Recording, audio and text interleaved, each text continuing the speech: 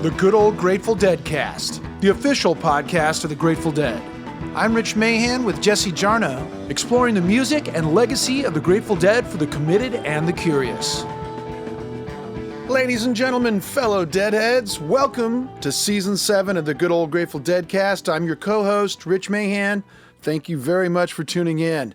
Well, this week, we wrap up Season 7 with a Here Comes Sunshine box set finale, covering the June 9th and 10th, 1973 shows at RFK Stadium. It is grand indeed, loaded with all kinds of great music and stories, including a dive into the Allman Brothers Band, who were also on the bill for both shows.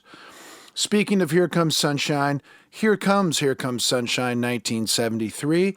This new release is a 17 CD limited edition set available exclusively from Dead.net that features 5 previously unreleased concerts recorded during the band's transformative spring 1973 tour. The shows included in this set are Iowa State Fairgrounds, Des Moines, Iowa, 5/13/73, Campus Stadium at UCSB in Santa Barbara, California on 5/20/73, Kezar Stadium, San Francisco, 5/26/73, and today's subject, Robert F. Kennedy Memorial Stadium, Washington, D.C. on June 9th and June 10th, 1973. The 6/10/73 show, the second of the 2 RFK shows, will also be available as a standalone release in 2 configurations, a 4 CD set and an 8 LP set. The 17 CD big box and the 4 CD set will be released on June 30th. They'll also be available digitally. And the 8 LP set comes on July 28th. You can pre-order all of the Here Comes Sunshine 73 releases now over at Dead.net. Head on over to Dead.net/Deadcast. There's lots to look at. Check out all of our past episodes while you're there, including the complete seasons 1 through 6. You can link from there to your favorite podcasting platform so you can listen when, where, and how you like to listen. Please help this podcast by subscribing, hitting that like button, and if the spirit moves you, leave us a review. And if you think about it, post an episode on your social media. It really helps us out and spreads the word. Very kind of you. Thank you very much. Did you know we have transcripts for many of your favorite Deadcast episodes available for your reading pleasure? Well, we recently uploaded Season 1, so bop on over to Dead.net/Deadcast-index and check them out. Thanks to everyone who has left their stories at stories.dead.net. We're asking you to share your stories now about going to shows in 73. Anything that you've got, we want to hear. The Dead were on fire. We want to hear your firsthand account. Share those stories over at stories.dead.net, and you just may hear yourself on the Deadcast. In this final episode of Season 7 of the Deadcast, we head to Washington, D.C. to cover 2 shows at RFK Stadium held on June 9th and June 10th, 1973. The Allman Brothers Band were also on the bill for these 2 mega shows, and they were hot, literally and figuratively, as you'll soon find out. Take it away, Jesse.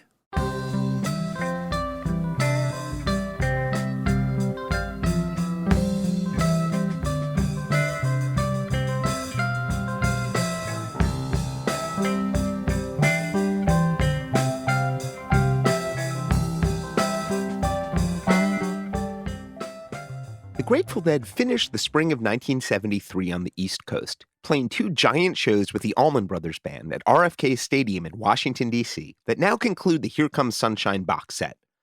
Grateful Dead archivist and legacy manager David Lemieux. The RFKs on many occasions have very nearly become their own box set, but we're very glad that they ended up all being together. So we've got May 13th through June 10th. We've got 4 weeks of Grateful Dead spread over 5 weekends with some of the best and most inspired Grateful Dead I've ever heard. And that goes for everything from Des Moines right through June 10th, the final set with all those guys. The box set captures mellow Midwest sunshine from Des Moines on May 13th, breezy Pacific Ocean sunshine from Santa Barbara on May 20th, and dreamy Golden Gate Park sunshine from Kezar Stadium on May 26th. But the 2 shows at RFK were a different variety. Blazing hot East Coast sunshine, musical and otherwise. Thank you all for giving us a chance to get a wonderful suntan. RFK was really the first time the Dead had played a big East Coast stadium. They'd done Roosevelt, but this was a big stadium. This was an NFL stadium. Bear was much more involved in that.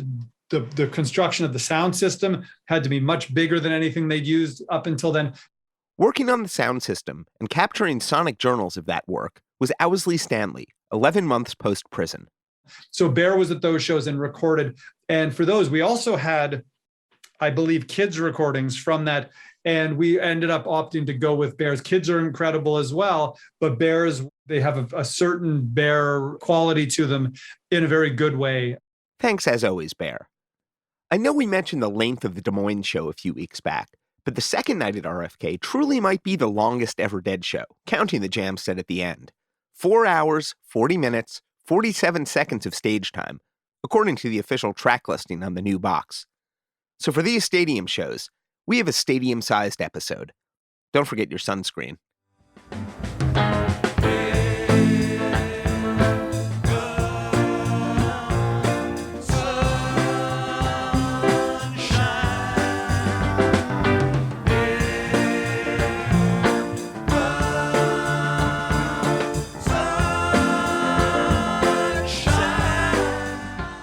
Co-headlining the weekend at RFK were the Allman Brothers Band.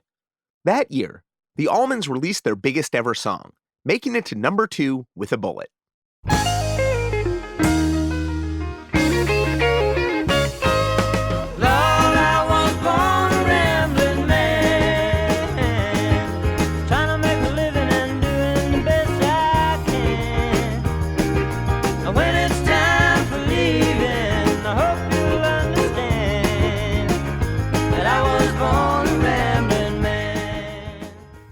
But Ramblin' Man and its associated album, Brothers and Sisters, wouldn't be released until August 1973, only after the Allman Brothers had spent the summer playing mega shows with the Dead and without.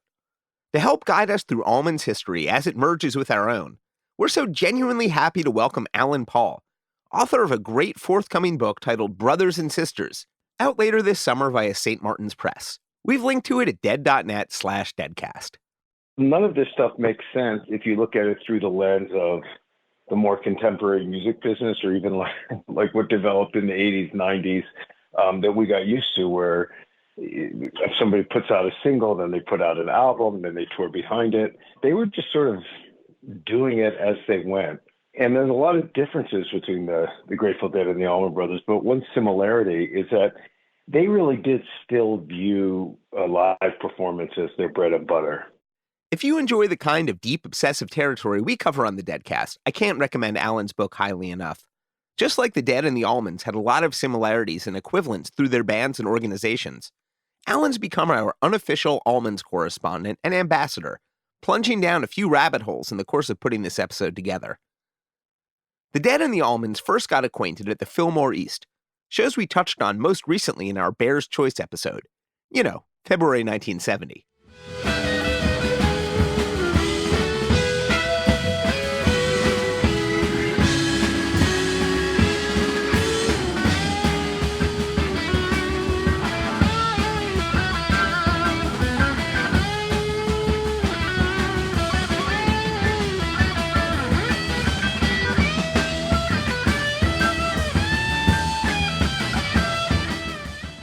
That was the Valentine's Day 1970 Mountain Jam, available from the Owsley Stanley Foundation.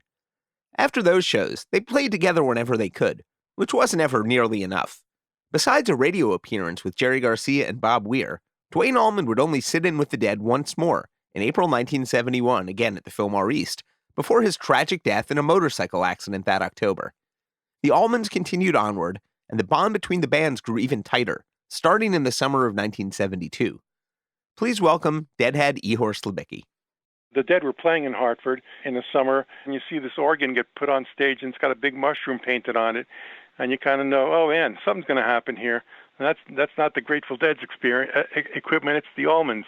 And sure enough, Greg Allman, Dickie Betts, Barry Oakley, and Jimo popped out to jam with the Dead in Hartford. The next night, Garcia, Weir, and Bill Kreutzmann returned the favor, joining the Allman Brothers at Gaelic Park in the Bronx for a dope mountain jam. The summer 1972 jams connected the rest of the band with the Dead, and most especially connected Dickie Betts and Jerry Garcia. Maybe because Dickie was a little bit more of a shy guy. He wasn't so outgoing. He wasn't the one who jumped up on stage and was always doing sit-ins. Dwayne would play with anyone, anywhere. With a pair of good jams under their belt, everybody was eager for more. The Grateful Dead had Sam Cutler in their corner. The Allman Brothers had Bunky Odom. Please welcome to the Deadcast, Bunky Odom. In March of '69, we all got to Macon at the same time. I was the vice president of Phil Walden and Associates. I was never an employee of Capricorn Records. Dwayne came to me and he said, "You're our man in the office." I was in charge of the day-to-day. By the summer of 1972, Sam Cutler and Bunky Odom had become pals. Sam and I got to talking about doing some dates together. You know, I think I went to San Francisco 4 or 5 times to talk to him. Sam came to Macon. We became friends, and we talked, and we decided, let's try 2 dates. We put together a date in Houston with the Allman Brothers Band and the Grateful Dead, and we put together a date at the University of Georgia in Athens. All in all, the Dead and the Allmans were supposed to play together 7 times in the last 2 months of 1972, but it wasn't destined to be. The last show that Barry Oakley played, and the only time that he and Chuck Leavell played together, was an abbreviated show because it was part of the Don Kirshner rock concert. And they played Ramblin' Man, so they debuted it.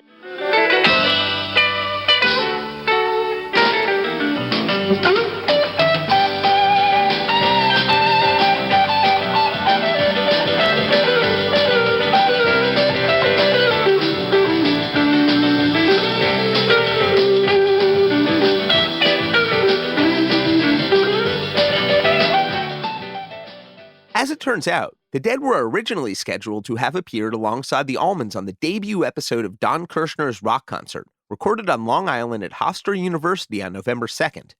It would have been a good time to promote the brand new Europe 72 Triple LP. But according to a report by Robert Christgau in Newsday, the Dead canceled because the network wouldn't let them run their own sound. The band's proper shows together were scheduled to open 2 weeks later in Texas.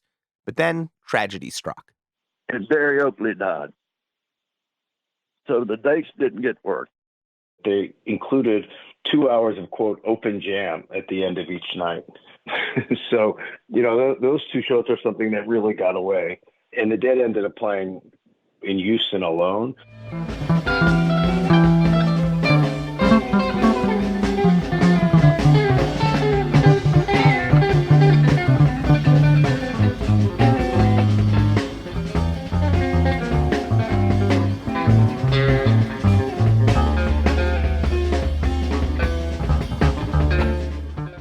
That was from the totally mega 26-minute Playing in the Band from the November 18th show in Houston, released with the plain title 11/18/72.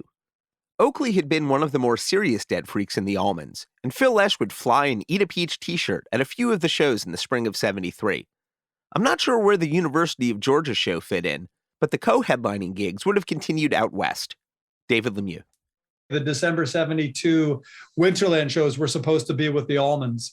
And I mean, it's great to hear it in the RFK setting, but to have heard it in the Winterland setting, these 2 bands at the height of their excellence, playing a 5,000 or 6,000 seat arena indoors 3 nights. And thankfully, the Dead continued on and played those shows. And I think the Sons of Champlin opened one of them. So we had to get the Allman Brothers Band back together, and I don't know how many months it was. And they got Chuck in the band and Lamar's in the band. Sam and I started talking again. What can we do? You know, let's do something big. And we knew we couldn't do it in the South. We knew we had to do it somewhere north of Washington because those 2 bands were huge up there. Like the Dead, the Allman Brothers were road warriors. Alan Paul. They were continuing to grow and get bigger and more popular in these sort of strange, murky ways that are sort of hard to define. It's like they just somehow were capturing the moment, and they had this zeitgeist that they didn't exactly create, although the success of Brothers and Sisters then did create it, if that makes any sense. I mean, but they were already riding this sort of wave. The Dead rubbed off on the Allman Brothers in lots of ways, large and small. Earlier this season, we mentioned Susilla Kreutzmann's stores, Kumquat May and Rainbow Arbor. She'd made some of the earliest Dead shirts, and she assisted making some of the earliest Allman Brothers shirts, too. She was making some Allman Brothers shirts. I'm going to guess it was around the RFK show, but she was doing that with Rosalane Lavelle, who's Chuck's wife, who has a real sense of fashion and, in later years actually owned a clothing boutique for years in Macon. So it wasn't like a stretch at all for her to be involved in that. And they worked on it a bit together, and she told Rosalane and some of the other Allman Brothers wives and girlfriends, look, this is cool, you ought to do this. And so they did. They actually started making their own merch, 100% inspired by Susilla. The Allman Brothers family discovered the same thing the Dead family did. So they did start a merch company, but they realized really quickly, like, gee, this sucks. There was as she did, I believe, there was no real infrastructure. There was no support for it. They were fighting these sort of sexist guys within the band and without the band. They had to go deal with venues by themselves. Can we sell these shirts? And it just became too much of a headache. And so they started a company, a guy named Ira Sokolow, in collaboration with Willie Perkins and some of the other Allman Brothers guys, started a merch company called Great Southern. For the two bands' first big East Coast outing together, they chose a site at the edges of the band's respective territories, 200 miles just south of the Mason-Dixon line, Robert F. Kennedy Stadium in Washington, D.C. And we decided to do it. We said, let's do 2 nights in RFK for Larry Maggot with Electric Factory concerts out of Philadelphia. Let's see if we can get that together. The Dead had been working with Electric Factory since 1968, and the Philadelphia company had helped the band grow. Our friend Corey Arnold wrote a great piece about the band's relationship with the promoters, which we've linked to at dead.net/deadcast. The Dead had only played inside the Beltway a few times. The shows at RFK were designed to be regional gigs, attracting fans from the North, South, and beyond. The Dead were actually larger than the Allman Brothers Band in the Northeast. And I'm not saying that the Allman Brothers Band didn't have a following up there, but the Dead were like God up there, and they still are. Tickets went on sale in early May, a week before the Dead began their spring shows that are on the Here Comes Sunshine box, and only a few weeks before the Watkins Glen Summer Jam was announced, near the end of the month. Another piece in here is one that we touched on last time, which is that the Dead and the Allmans also had a show booked together with Waylon Jennings at the Ontario Motor Speedway in Southern California on May 27th, a Bill Graham joint, the day after the Dead's gig at Kezar Stadium in San Francisco. It would have been Watkins Glen West, estimated to draw around 150,000 people to a speedway to dig the Dead, the Allmans, and another big Roots act. Citing a noise curfew, Graham pulled the plug on May 22nd, just 5 days before. And while we're on the topic, Rolling Stone's Artist Calendars column also announced that the Dead would be playing June 2nd and 3rd at Memorial Auditorium in Kansas City, also presented by Bill Graham. Given the band's eventual destination at RFK, this makes sense on the equipment route anyway. I can't find any other paper trail of the gig, but it didn't happen. The Dead's gig at Kezar, on the other hand, went great, an instant classic among local heads.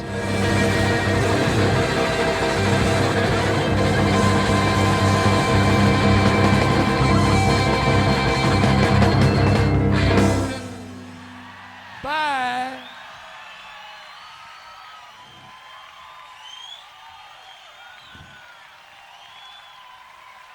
And once again, really, one of the great ones, the Grateful Dead, please. The Dead had 2 weeks off after the Kezar show that we discussed last episode. But Jerry Garcia, he did not have 2 weeks off. In our Garcia 73 episode, we spoke with Richard Loren, who'd started booking shows for Garcia's side projects, coordinating with Sam Cutler and the Out of Town Tour's office.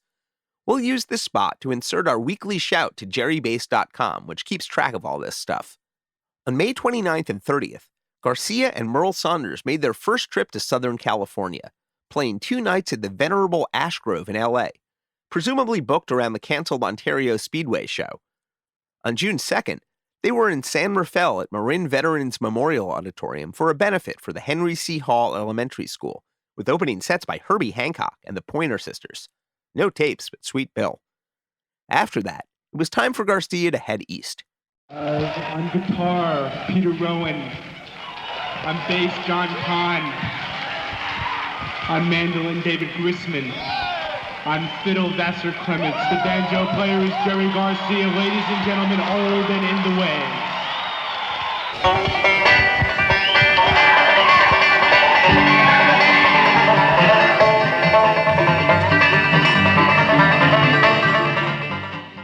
Please welcome back the legendary Peter Rowan.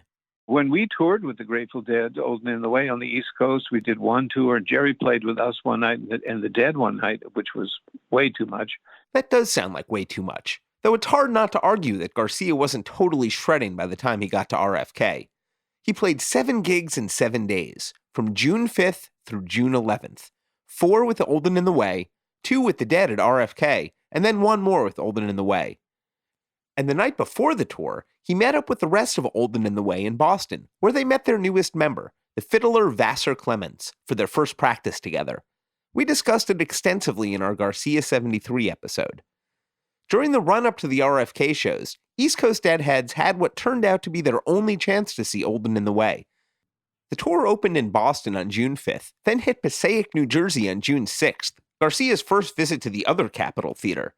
Bluegrass met the East Coast Dead Freak scene for the first time. Howie Levine.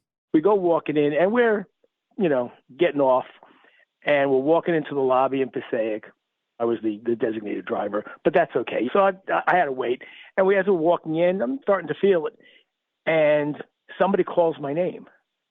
It's friends of my parents who are huge bluegrass fans. And they came to see Vassar. And they were much younger than my parents. And they stopped me in the lobby and started talking with me. Hey, Howie, blah, blah, blah. How's the parents? And I'm like grasping for reality to talk to these people. And after a few minutes, they gave me a big smile and they said, that's okay. We get it. Have a great time at the show. Also in Passaic was Deadcast buddy Allan Arkush, back in New York after the demise of Joe's Lights. I was living in New York and I went out to Passaic to see it because I was driving a cab that year in New York. Jerry was touring with Old and in the Way, and they were playing in Passaic.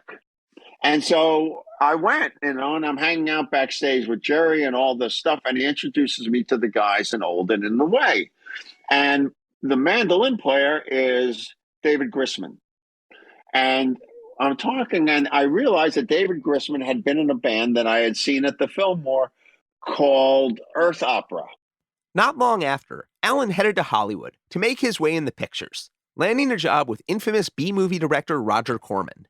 I'm working for Roger Corman in editing and so forth, and Roger is going to release a movie called Big Bad Mama with Angie Dickinson, which is like Bonnie and Clyde with breasts and Angie Dickinson and shoot 'em ups and so forth, and they need music, and the first thought everyone had is the music like Bonnie and Clyde, bluegrass.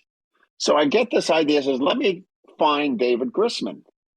And I know a bluegrass player. So I get a hold of Grisman, and then he was so good at it, he did a very successful Corman movie called Eat My Dust.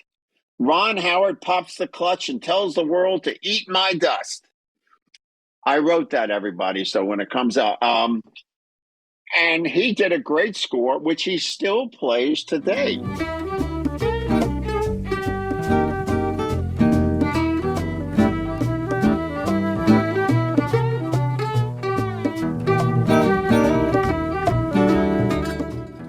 David Grisman had grown up in Passaic and had played in the moderately successful rock band Earth Opera, but the Old and in the Way tour put him on the psychedelic map in a new way. Howie Levine. And we go in and we're sitting up close.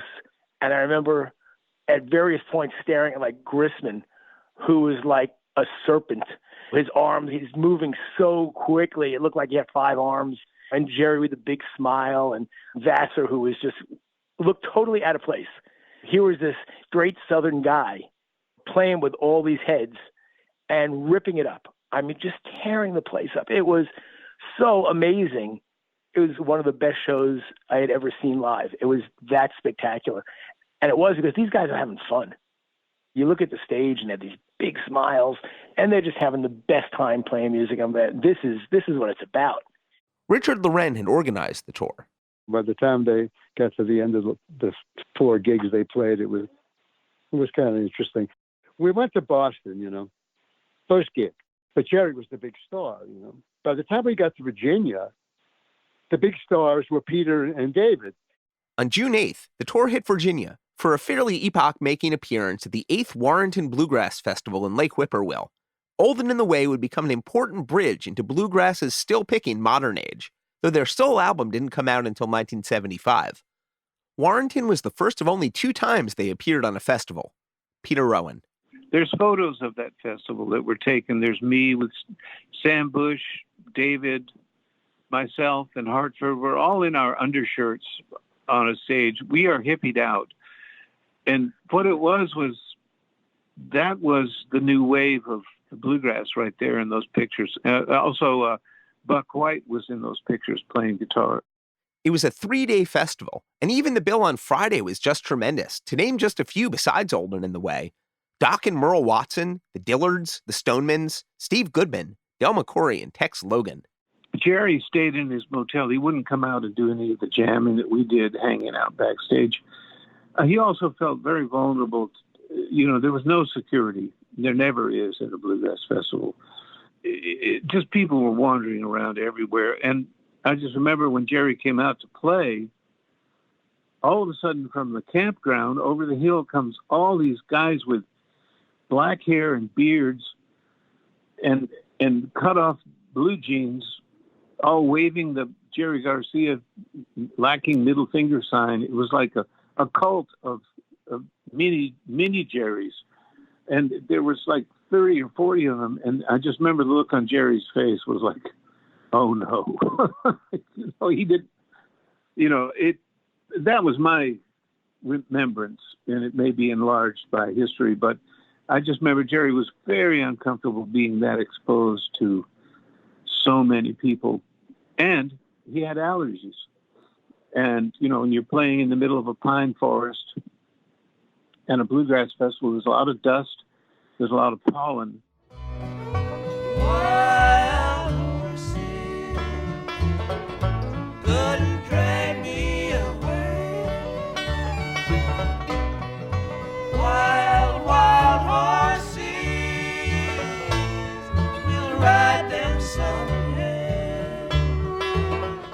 That was the version of Wild Horses from the Olden in the Way album.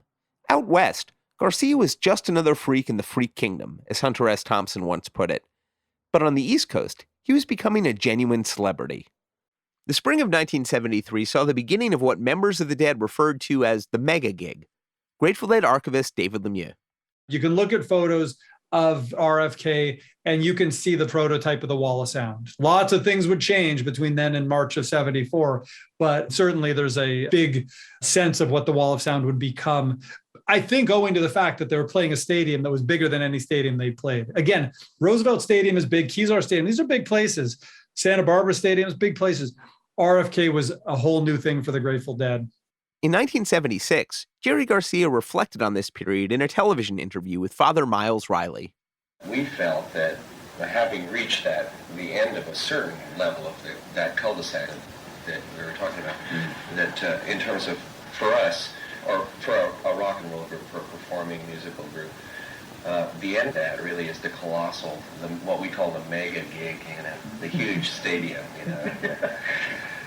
On one hand, they were truly among the biggest bands in the country.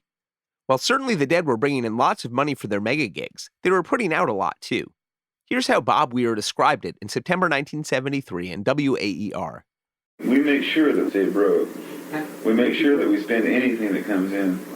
A report from Alembic's Ron Wickersham, written on May 29, 1973, a few days after the Kezar show and before RFK, specifies a list of Alembic's in-progress projects for the Dead, including the difference condenser microphones, difference preamp for dynamic microphones, mixer for monitors, delay line bucket brigade type, don't know what that is either, Phil Esch guitar system, PA array, and general maintenance.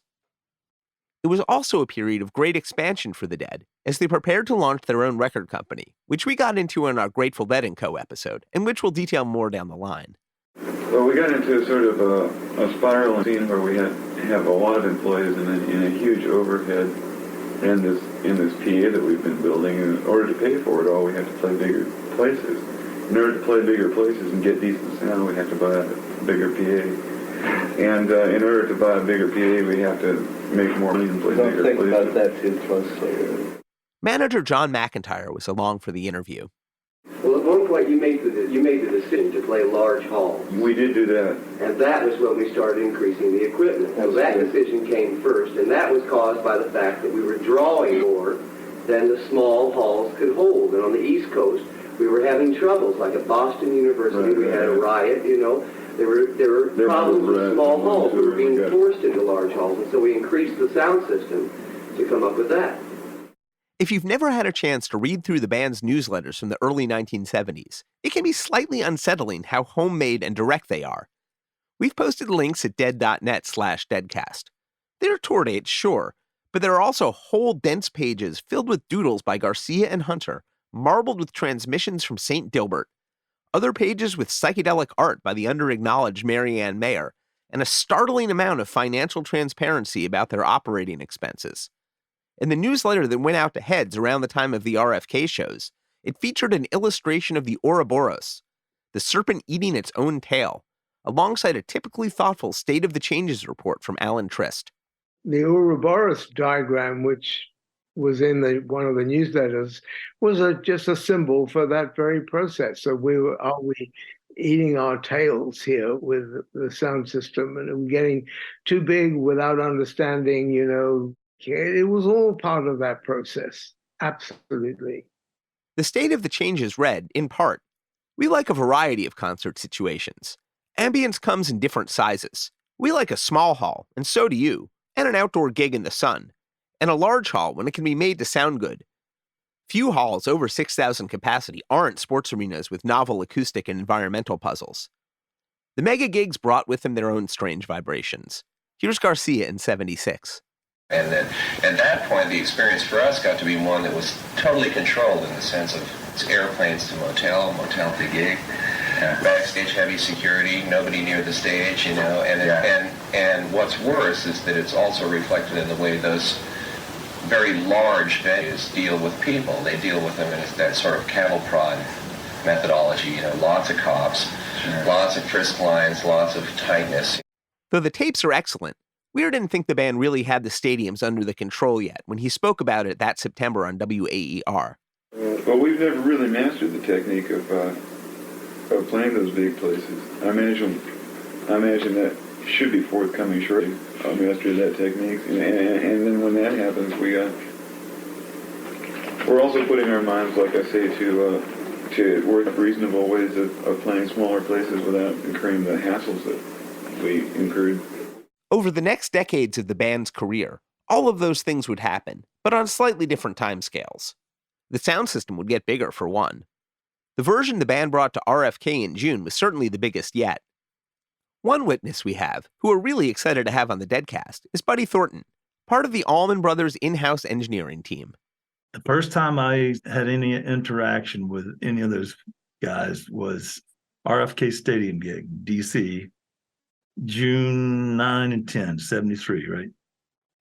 It was infamous kind of a thing. But I went to RFK, and the Deads, they had their sound system set up. It was monster. I'd never seen anything that big.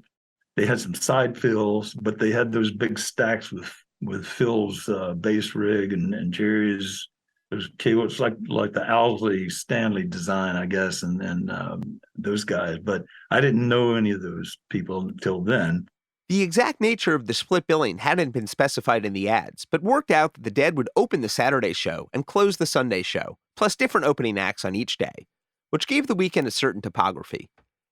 Because they opened on Saturday, the Dead, of course, used the occasion to continue to fine-tune the system.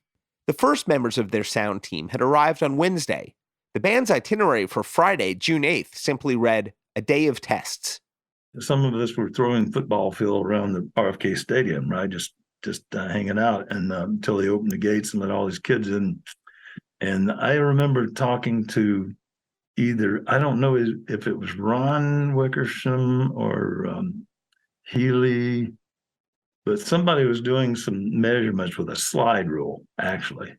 You know, there were no handheld computers, trying to figure out how far to put speakers, I guess, away from the stage. So I briefly talked to them about how they were doing the sound, and they had some auxiliary speakers, but I'm not sure who did that. There's big black cabinets, and they were located out in the stadium. In the State of the Changes, Alan Trist had spoken of the novel acoustic environments at different venues, and the delay system at RFK was its own custom fix. When we spoke with Ron Wickersham of Alembic a while back, he remembered this show. Yeah, there was also another big one in Washington, D.C. That one was another tilted one. Everybody said the acoustics were terrible at this place because they had a vertical back wall that was exposed, concrete vertical back wall that was, so you got the bounce back from that. So we tilted the system physically. Nowadays we could do it by adjusting phase, like radar and stuff, but tilting it so that we didn't hit that. Then we had delay towers that were tilted up. And so they went up, hit the wall, and then went out through the because it was partially covered seating, but there was a big hole in the middle. Yeah. So we could get rid of the reflection out through the hole by doing it that way. So those were the kind of things that we tried to solve. Those phased arrays of speakers were definitely cool. I remember those stacks were a little tilted. I couldn't figure out how they didn't tumble over, but I didn't see any real bracing. But a lot of things they did that, and the brothers too, that were kind of defying gravity at the time. Here we'll insert a shout to one of our favorite characters from the Thoughts on the Dead universe, the semi-fictional Grateful Dead roadie, Precarious Lee. Yo! The Dead's archives contain a folder with a bunch of undated sketches of the sound system in progress from this era, along with notes about the specific stages constructed for RFK and Watkins Glen, alongside even more pages of calculations that are just totally inscrutable to me. But amid all the calculations is also some psychedelia. One page has a small sketch of the speaker system along with some notes. Dense knots, floating galaxies in the retina. And I got to go backstage with Twigs London, and I saw how they had the Macintosh amps all interfaced with those giant stacks of speakers. First time I'd ever seen a big rig like that up close. There's a handwritten gear list from early 1973 in the archives, prepared sometime that spring. Pigpen is included, noting that he plays a Hammond B3 through 4 Leslie speakers. It runs down everybody else's gear in detail. At the bottom, there's an asterisk with a note that reads, "All amps have personalities." Buddy was witness to a rare specimen. When I first heard Backstage with Twigs, I hear a note from coming out of one stack over here and another note, another string coming out on the right. So he had it split, I think, where he could play for the E, A, D, G.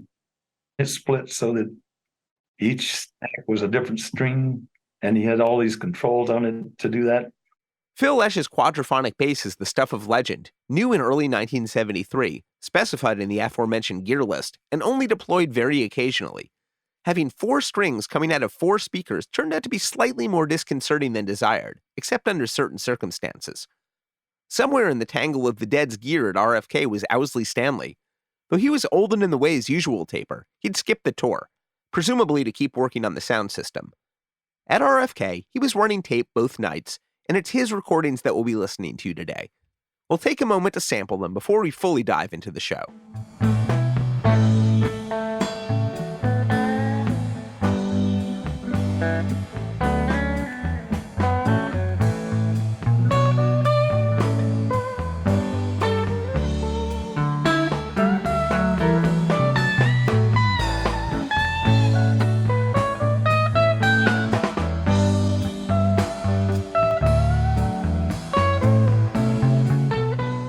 With Jeffrey Norman, David Lemieux has overseen the transfer of many Bear recordings.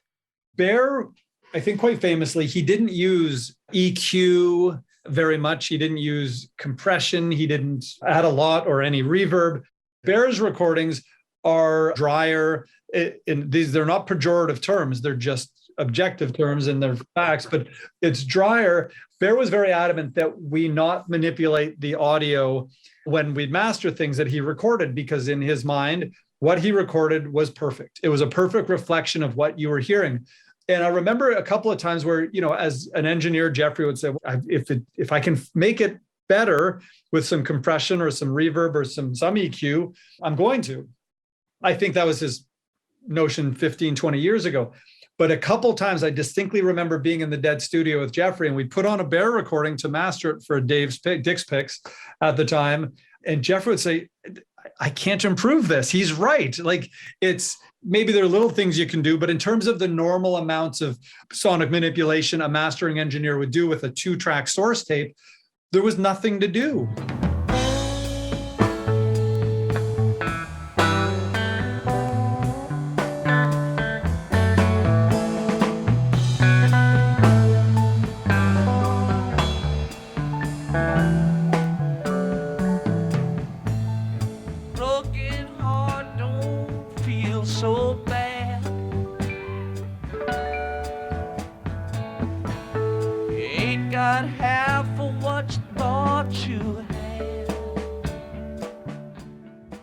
We spoke with a number of Deadheads for this episode about their experiences at the RFK shows.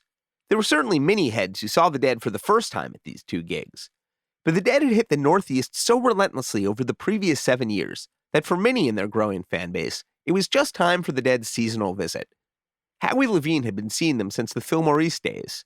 We saw what I thought was one of the first large shows. We went to New Haven in the summer of 71, and they played in the Yale Bowl, but it wasn't the Yale Bowl. It was like one end of the Yale Bowl. They sort of put the stage in, like the end zone, if you will, of the football field, and they played to maybe 10, 12,000 people, which was pretty big at the time. That was, going from a little theater to the Yale Bowl. So, geez. We see Olden in the Way on a Tuesday or Wednesday, and then Friday night, we're going down to D.C. Ihor Slabicky was another Brooklyn head of the Fillmore East vintage. You might know him from his great complete discography, which we've linked to at dead.net/deadcast. I ended up basically going by myself and taking the train from New York down to Washington, D.C. And so the plan was to go down there for one show Saturday, take the train and walk from the station to RFK, catch the show, and then take the train back. I think the train left New York, 11 o'clock or midnight or something like that. So you pulled into Washington, I think it was in the morning sometime. And so there were a lot of people going to the concert on the train. So there were like little scenes happening in between the cars, like in the vestibules. People would open up the window and then they would have a little party scene going on or something like that. So one of the things we traveled with reasonably frequently was a big tank of nitrous, a medical tank of nitrous that we had acquired through some, devious ways. But we had this giant tank, and we said, oh, great, we'll take the tank with us. Of course, you're going to see the Dead, you got to take the tank. So we get my friend's VW Squareback, and the 3 of us are driving down there. And on the way down, we're getting pretty ripped. And I remember driving up to the tunnel and seeing no compressed gas, a sign like, don't go into the tunnel with like the tanks of gas. And I'm thinking, we'll probably be okay. And as I'm driving the tunnel, I said, what if we're not okay? And this thing explodes in a tunnel. So now I'm losing it, but we're good. We get out the other side. We went to some campground in Virginia for the night. And it's peaceful and dark, except for every so often you hear psh, spray of the tank.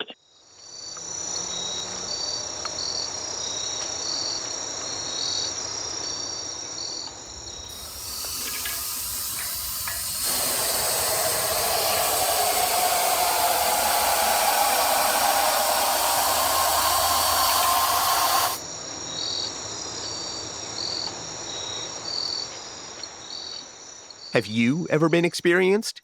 Dano Henklein has. We hung out with Dano during our Sunshine Daydream episodes last year. Dano, known to some of you freaks as TP Dan, traveled down to RFK from Connecticut. Since Veneta, he'd only gotten further experienced. He knew going in that Grateful Dead shows could be powerful journeys. And as he learned on June 9th at RFK, they could also be unpredictable. Welcome back, Dano. We went down there in 2 cars, 7 or 8 of us, mixed men and women. The summer of 73 was very turbulent for me because my heart was broken by my first girlfriend. My girlfriend split up with me in the parking lot of RFK Stadium when we arrived there. But hello, because I wasn't driving. On the way down, about a half an hour before we got there.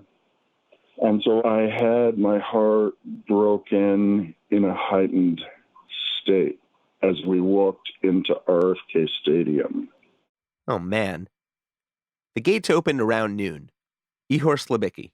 Where you walked in like kind of, I'm going to say like mid-level in the seats or something like that. You weren't on the field. You were kind of in the mid-level, and you could go down or up. But it was just grab any seat anywhere. It was wide open. That is, a giant metropolitan football stadium run entirely general admission. Don't see much of that these days. And so I'm walking in there, and it felt like I was walking into a Roman amphitheater about to be slaughtered on the floor of the amphitheater with my heart and my mind torn apart. And I was holding steady, rock steady, and calm as I could be, already seasoned, and ready to withstand whatever fate delivered to me. Brian Schiff had been seeing the Dead since '68, though it took a few years to really click. It was just brutally fucking hot. It was a classic summer Washington, D.C. day where it was in the 90s and it was super humid. I remember that. Lots of people swarming on the field. You know, we were cruising around, went to the field, sat a little bit in the stands just to get another perspective and, could get a few minutes off the feet. Had a great time walking around, seeing the show. Allan Paul. It was 50,000 on the first night, 53,000 on day one, I think, which was Saturday, and 30,000 there on Sunday. And I do think it is worth pausing to just reflect on getting 80,000 some people to a stadium 6 weeks before you're playing in front of what turned out to be 600,000, but they were selling tickets, they thought, for 150,000. Not that far away. I mean, in the same region of the country. I think it'd be possible to argue that the weekend at RFK served to build hype for Watkins Glen, what turned out to be a record-shattering festival. The backstage scene at RFK Stadium over the 2 days in June was predictably bananas. The Dead's guest list burst at the seams as normal. And also, they were inside the Beltway. Bunky Odom. Caroline Kennedy was there. We took care of her, She came backstage. She must have been, 16, 17 years old then, somewhere in there. She was a big Allman Brothers Band Grateful Dead fan. Out in the field, people were finding their zones. Ihor Slabicky. When I got to RFK, like 2 rows away from where I was sitting is a friend of mine with his girlfriend. They're from Newark in New Jersey. So I was like, whoa. It was a surprise. And so I ended up hanging out with them. And they were staying at his sister's place, I want to say, not Baltimore, but somewhere close to Washington. So we moved down towards the front where we always did. And sometimes they used to, in these outdoor venues, they used to have a soundboard that was strategically placed. And we usually like to get just in front of the soundboard, not right in front, but somewhat in front, halfway to the stage, maybe from the soundboard. And so there we were. The first act on Saturday was Doug Somm, the Texas Groover, one of the acts in Sam Cutler's out-of-town touring stable. He started pretty early in the afternoon, around the time the gates opened. Dano was already a fan of Somm's instant classic Doug Somm and Band, released earlier in 1973, and it burned itself deeper under the day's circumstances. When he was doing Faded Love, oh my God, my heart was breaking. My heart was breaking, and to this day that song is one of my all-time favorites, and I love Bob Wills because Doug Somm turned me on to Bob Wills at that show with the album Doug Somm and Band. I miss you, darling, more and more every day. As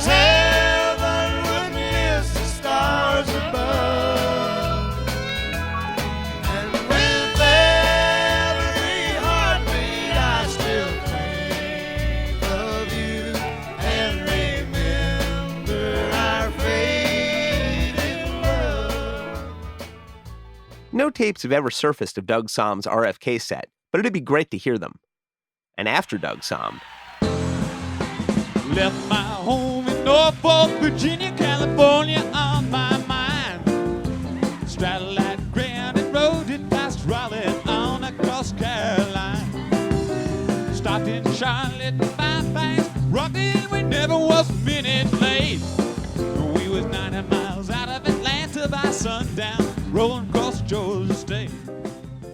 it was a true co-headlining show, with the Dead in no way curtailing their usual habits, playing 2 sets over 3 hours, only skipping the 3rd set they played at the other shows on this box. Phil Lesh hit the stage showing off an Eat a Pete shirt. David Lemieux. The performance is a revelation because it's just as good as any of the other 4 in this box, but unexpectedly so, because nobody had really heard it like this. And I'm not saying nobody, but the attention that we've all given Kezar and June 10th, I had personally never given June 9th that attention. Now that I have, I'm like, I'm bowled over by it. It's true, the June 10th show has long been held in high and deserved esteem by tape collectors, and June 9th maybe a little less so. But Dano Henklein gave the show his full attention. Now, the soundtrack of our lives builds slowly as songs become linked with life events. Some people might have Bob Dylan's blood on the tracks burned into their heart for, reasons. But Dano's got June 9th, 1973 at RFK Stadium. The concert, as per usual or per often, was a tapestry of darker and lighter themes expressed in the music. It wasn't like candy coating anything. It was reminding me that, hey, shit happens, man, but there's a good side too. The skull and the rose. Those are very important. To me, the skull and the rose linked together symbolizes the triumph of love over death. Somebody help me get out of Louisiana, just help me get to Houston town. The people there who care a little about me, if they won't let the poor boy down. Shows your phone, they bought me a silk suit with luggage in my hand. And I woke up high over Albuquerque on a jet to the promised land. They used to open with Promised Land in those days quite a lot. And that was a good opener song. And then Deal, a negative theme. The guy's at the end of his rope. I'm feeling this. I am feeling this in my heart, my mind, and my very body because of the sound waves. Since it costs a lot to win, and even more to lose, you and me gotta spend some time watching shoes. Goes to show you don't ever know what each card you play it slow. Wait till that deal goes down. Don't you let that deal go down. And then after that, can you believe it looks like rain? Oh my God. My heart is breaking and the raindrops are coming down. But I'll still sing you love songs written in the letters of your name.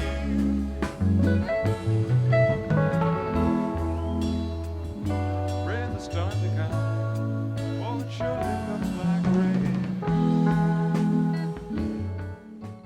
Love that Lesh harmony, which lasted through the early fall. Nice sound on the roads from Keith Godchaux, too. Ihor. There are a lot of people who are trying to climb up on stage, onto the stage, which was like, I don't know, it was like 20 feet high or something like that. Hey, I'm sorry everyone has to listen to this, but just for the folks down here in the front, right? Please don't keep jumping up. It's a real drag on the people up here to ask you to have to get back down. The reason the stage is so high is so everyone can hear and see, okay? So have a good time. Thanks. They're boosting him up on their shoulders, and a couple people actually got on, and they got escorted off really quickly by some of the roadies. One way to spot the difference between photos of the first day at RFK and the second is that on the 9th, there's a ring of Christmas lights along the stage's edge, but fans apparently ripped them down by the 10th, trying to scale the 20-foot stage and discovering a row of lights when they reached the top. Good spotting, Bunky. There's an invoice for the lights from the promoters in the band's archive. $211.25 for twinkle lights for stage border that were destroyed by crowd. And then Loose Lucy, which is basically a song about the perils of promiscuity. Loose Lucy is my delight.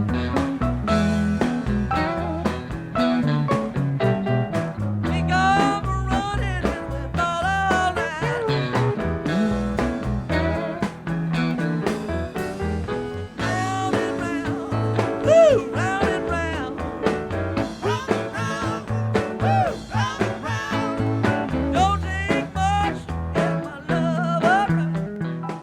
And I love that early version of Loose Lucy that they did that was good old-fashioned rock. The band debuted Garcia and Robert Hunter's Loose Lucy at Maples Pavilion in February and played it in this bouncy form less than a dozen times. The version from RFK is actually the last of the early tempo versions. Probably my preferred arrangement, too.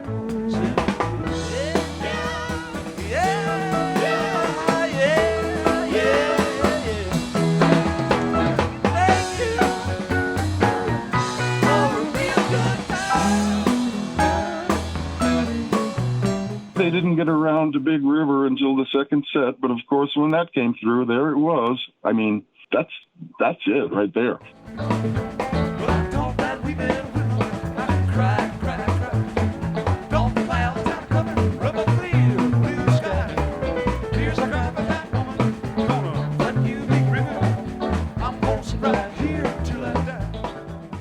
Dano could do this all day, and sadly had to in real time at RFK. David Lemieux. The June 9th show. It is a remarkably tight show. And it's got jams in it too. It's got a really cool second set jam. It's not your traditional He's Gone Truckin' Other One Eyes sort of jam. It's like a playing in the band snuck in there. It's a pretty cool thing, that second set jam.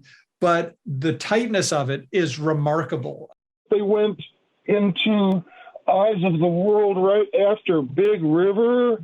So, I mean, I was peaking, man. The original version of Eyes of the World had this break in the middle that was quite a bit of sonic sculpture.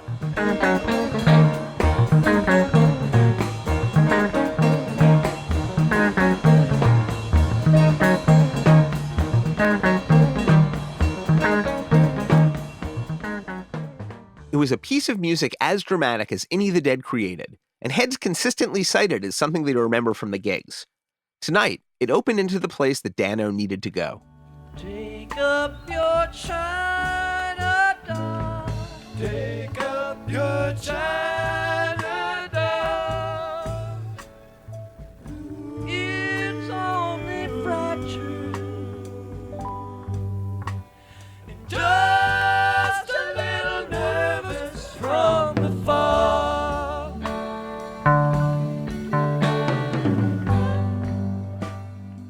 And then they actually did China Doll. And that was appropriate because pick up your China Doll, it's only fractured. You know, they're telling me, oh, it's going to be okay, man. You know, that's what they were telling me. And I took it to heart. I bloody well took it to heart.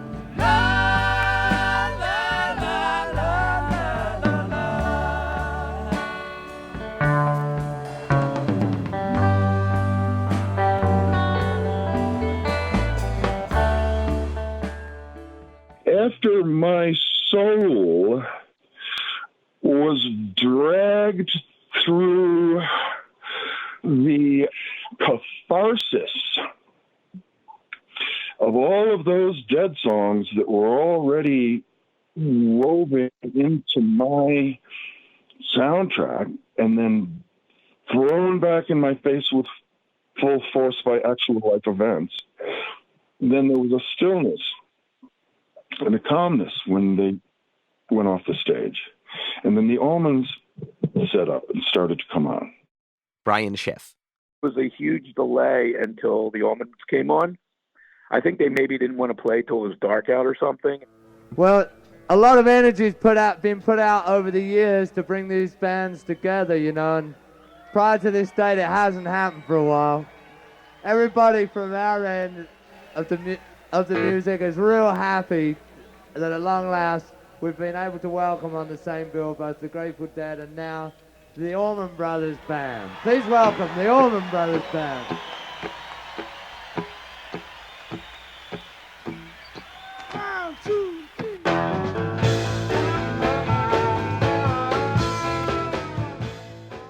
I have some very rich memories of that. And the very first thing that I noticed when the Allmans came on, this was my first time I saw the Allmans, was Dickie Betts coming out. And Dickie Betts was quite visible from where we were because he was wearing like it was a pink or salmon or peach shirt. And then all of a sudden, this huge cloud of incense that blew a huge cloud of peach-scented incense out over the crowd. Eat a peach for peace, man. Allmans historian Alan Paul notes that the Allmans almost certainly didn't have peach incense as part of their stage show. Doesn't mean that an enterprising Allmans freak didn't do it, though. You wasted well, already been heard. All you really Satan. Yes, I know.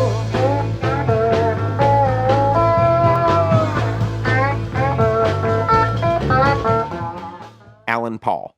It's sort of astounding to look at the set list, like at RFK. I mean, the Allman Brothers played almost the same set list 2 days in a row. It was not exactly the same. Some of the songs could be really wildly different on a different night, but not all of them. And it's sort of wild to me that they were taking that approach. And really, they stuck with that more or less until Warren Haynes was more and more in charge of the set. In general, Deadheads seemed to dig the newest version of the Allmans. Like a lot of heads, Jay Kerley had been listening to the Allmans for years, but it was his first dose of the band post-Dwayne, which featured Dickie Betts as the sole guitarist center stage, alongside 2 new additions. Oh, I remember them being really tight. The bass player, he really impressed me, but Greg Allen's just incredible, and I didn't know quite what to expect without Dwayne Allman, but I was not disappointed at all. Oh, my goodness. That was good stuff. On bass was Lamar Williams, driving differently than the late Barry Oakley. And on piano was Chuck Leavell, which to my ears gives this iteration of the Allmans their distinct sound, with Leavell and Betts playing off each other in a way that reminds me a little of Keith Godchaux and Jerry Garcia.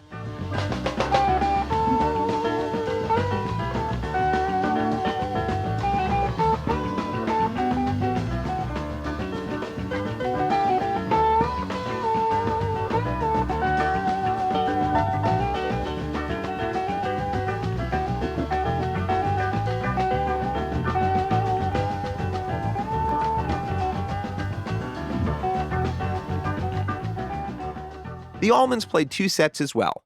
Before their encore, Sam Cutler returned.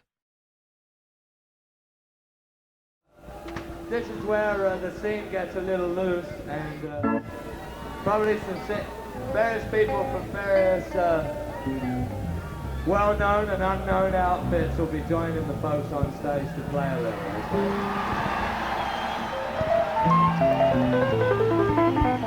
Okay, have a good time. Look, just one last time. The folks right in the front, don't climb up on the stage. We just got to ask you to get down again, okay? By all reports, nobody joined the Allmans for the whipping post that followed, but Bob Weir and guitarist Ronnie Montrose joined for the closing Mountain Jam, though the mix makes it a bit tough to hear them. Ask a taper, as we say.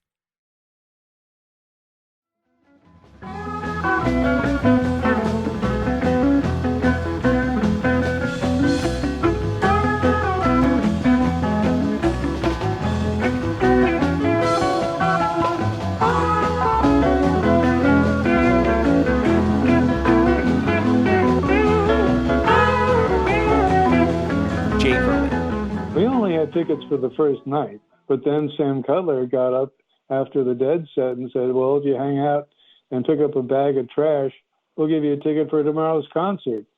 So I did that. That was just incredible. It took me like 45 seconds to fill up my bag with trash. and wandered outside with my tickets. And all my friends, they'd picked up trash too, and they all had tickets. So we were all ready for the 10th. Howie Levine. We get out of the stadium, and the stadium was like this round thing plopped in the middle of nowhere, and we don't know where our car is. So we start walking around the circle, around the stadium, looking for our car. And this is going on for a while, although time is not something you're particularly concerned with, until at a certain point I realized that we've passed the same place on the stadium like 3 times. I was exhausted. I passed out by the flagpole and spent the whole night there. Yeah, right outside the main gate. I was so tired, I just lay down, and next thing I know, it was morning. So I crashed out on the grass. When I went back there for the concerts with the Dead and Dylan and Tom Petty, I looked at where the flagpole grass was, and I said, I can't believe I crashed out there. That's crazy. Along with the Des Moines show in May, the gigs at RFK were among the first to officially allow overnight camping in a venue's parking lot. There's some silent Super 8 footage of the parking lot and the show on the 10th that we've posted a link to at dead.net/deadcast. So we've walked around. So I stop, and there's probably a couple of hundred people who are doing the same thing. Totally walking around the stadium because there was no signposts. If you didn't remember that you were in section, 12, there was no way. And who paid attention to section 12? You just walked into the show. We literally, these couple hundred people, had to wait until the entire parking lot emptied so you could actually see your car. So you can go and get it and get out. Took us a couple hours to get out. But luckily, there was a tank in the car. So we were able to stay in the lot for a bunch longer, had some people hang out with us and appreciated the respite before having to get in the car and drive. Went back, did our camping thing.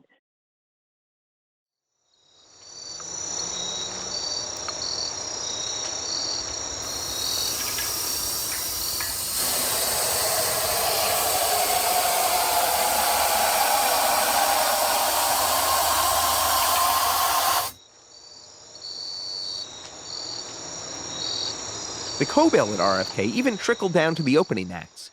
Doug Somm, represented by Out of Town Tours, had opened on Saturday, and on Sunday, the openers were label mates of the Allmans from Phil Walden's stable at Capricorn Records, Wet Willie, promoting their new live album, Drippin' Wet. Went on in Alabama. I'm down by whatever. It's gonna lose the hammer. Yeah, ain't nobody gonna set it down. I said, Lord have mercy on my soul. How many tickets have I sold? One last night and the night before. I'm going back to try to get me 10, 11 more. One of the other similarities between the Allman Brothers and the Grateful Dead was the relationship they had with the crew, and that the crew had in the overall bigger picture scene. I mean, someone like Red Dog with the Allman Brothers, or I think Kid, with the Grateful Dead, or Big Steve, had a level of influence and impact on decisions and things that went on that's completely unusual and frankly, sort of bizarre if you really stop and break it down. In the high heat of Washington, D.C. in the summer, things got a little bit woolly. But what's rock and roll in 1973 without a few hairy roadie stories? As an employee of Capricorn, Buddy Thornton's reason for being at RFK was to help record the show. Johnny had hired the record plant's remote truck to come try to record this. So those guys were from the record plant. I think they had, Chris Stone at the record plant had, in New York, had been working with Wally Hyder's remote truck, and a guy named David Hewitt, I think, put that together, and Frank Ubeck. They would set up the mics on stage and run the cables and splitters and try to interface with the Dead, which that was a difficult thing to do at that time. And I was back in the truck running tape machines while Johnny monitored the levels and so forth. It put the mild-mannered former aeronautical engineer ringside for some genuine rock and roll chaos. I was back in the record plant's remote truck, and during the set change, the canvas over the stage caught fire. I'm standing on the side of this. They're doing a set change, I think. One of the lights had somehow overheated, and it was close to the canvas and started a fire. When we spoke with Ben Holler of the Dead's light crew for our Europe 72 episodes, he recalled this incident. I remember one night in Washington, D.C., they'd hung a net over the backstage. They call it shade cloth or something. And someone had got some bottle rockets, and the net caught on fire. And Ramrod was a little drunk. And I go around, and the idiot promoter had not got any fire extinguishers. Ramrod's standing there drinking a Heineken. He's a little tipsy, but he's drinking a Heineken. Everybody's going, a fire extinguisher, fire extinguisher. And Ramrod goes, and then holds his thumb over and squirts the fire out with his beer, right? And so now the whole crew is shaking beers and spraying the fire out. Mike Callahan, who was the brother's first sound guy, was on stage with a bunch of Twigs and everybody else. He instead of getting a fire extinguisher, they're looking for a fire extinguisher. He shakes up a beer bottle and gets up there and squirts it, puts the fire out, right? That place could have gone up in flames. Ben Holler and the promoters from the Electric Factory didn't particularly see eyeball to eyeball. In our Des Moines episode, the promoters of music circuit presentations had received a copy of the band's rider, a 24-page document that was titled The Book by whoever was charged with compiling it. Without knowing anything really, though, I'd speculate the authorship to be crew member Kid Candelario, who also worked closely with Sam and Out of Town to advance the venues where the band would be playing. Chapter 6 of the book is a page devoted to food and drink, including the meals required by the band and crew. The evening meal was to be steak, good steaks, medium rare, forget the other crap with Jell-O and limp salad and focus on good, nourishing steaks. We'll call back to Steve White of Music Circuit here. We read that rider, it had Heineken beer and steak and chicken. We thought we were going to have some cost-saving measures, bring out hot dogs and old Milwaukee beer. That's one of the things, when Bill Graham, told Barry Fay, White needs all the help he can get. Electric Factory didn't read the book, and one of the promoters would wind up with a plate full of pasta over his head, courtesy of a certain irate member of the lighting crew. Along with other tensions, it was why the Dead and Electric Factory parted ways for a few years. Bunky Odom. We had problems at RFK Stadium, but the bands didn't have problems. We had problems with the road crews. That was the problem at RFK. And any time that the road crews get upset, it upsets the band, And the old saying goes, the worst thing that can happen to a concert is the eggs are cold in the morning. And that's basically what happened at RFK. The bigger incident occurred with the Allmans crew, and in a way symbolized the tensions between the road warrior Allmans and the hit-making Allmans that were just on the audible horizon with the impending release of Brothers and Sisters. These record company people, for some reason, want to get on stage. And it caused a problem, and it caused a problem between the band, and a fight broke out, and it wasn't a good scene. But it didn't affect the music. Dick Woolley, who was the head of promotion at Capricorn, he was basically the guy who got things on the radio. And he was the one, by the way, who pushed and basically demanded that Ramblin' Man be a single. It was such an anomalous song for the band that they were hesitant for that to be the lead single, but he put it out as a test pressing to radio stations, and the feedback was tremendous, and so he pushed it. And I'm just telling you that to give you an idea that he was an important person. He was also apparently the first person to really come up with the concept of a coast-to-coast and then even international through military radio, live radio broadcast, which was later that year, December 31st, 73, New Year's Eve, at the Cow Palace, which became a de facto Allman Brothers Grateful Dead collaboration. During that, one of the set changes was that one of the Capricorn guys, Dick Woolley, was an A&R guy, I guess. He wanted to come on stage, and I guess Scully or Tuffy Phillips, one of the drivers for the brothers, had been told to not let anyone on the stage. And Dick insisted he wanted to go anyway, and so they got in a fight. And it became really ugly. Dick got hit in the head with a beer bottle. There are a lot of Allman scene politics involved, and once again, I'd highly encourage you to read Allan's book, Brothers and Sisters, when it comes out. It's hard to find a better encapsulation of the Ultra 70s roadie versus record company battle. And then the rest of the crew jumped on Dick Woolley and just put a real beating on him. It's like a kicking in the ribs and that type of thing. And they pushed him off the stage and then went down and were descending on him. And this is where it gets sort of interesting from a Grateful Dead perspective. Dick said that he was momentarily afraid he was going to die. Again, could be hyperbole, but that's how he feels years later and probably how he felt in that moment when a very large Grateful Dead roadie reached down, picked him up, put him on his shoulder, carried him away, and threw him in the back of a limousine. Now, a very big Grateful Dead roadie would seem to indicate Steve Parrish. I talked to Steve about it. He says he doesn't remember that he didn't do it, and, quote, that was their problem, not ours. I never would have gotten involved, just as I would expect them to get involved in our problems. They got to fight with Dick Woolley for Capricorn Records, and it didn't suit Bill Walden at all. A couple of them got fired because of what happened. After that is when some of the road crew got fired, right? Callahan, Campaign, Tuffy Phillips were all fired. And I guess that was in June.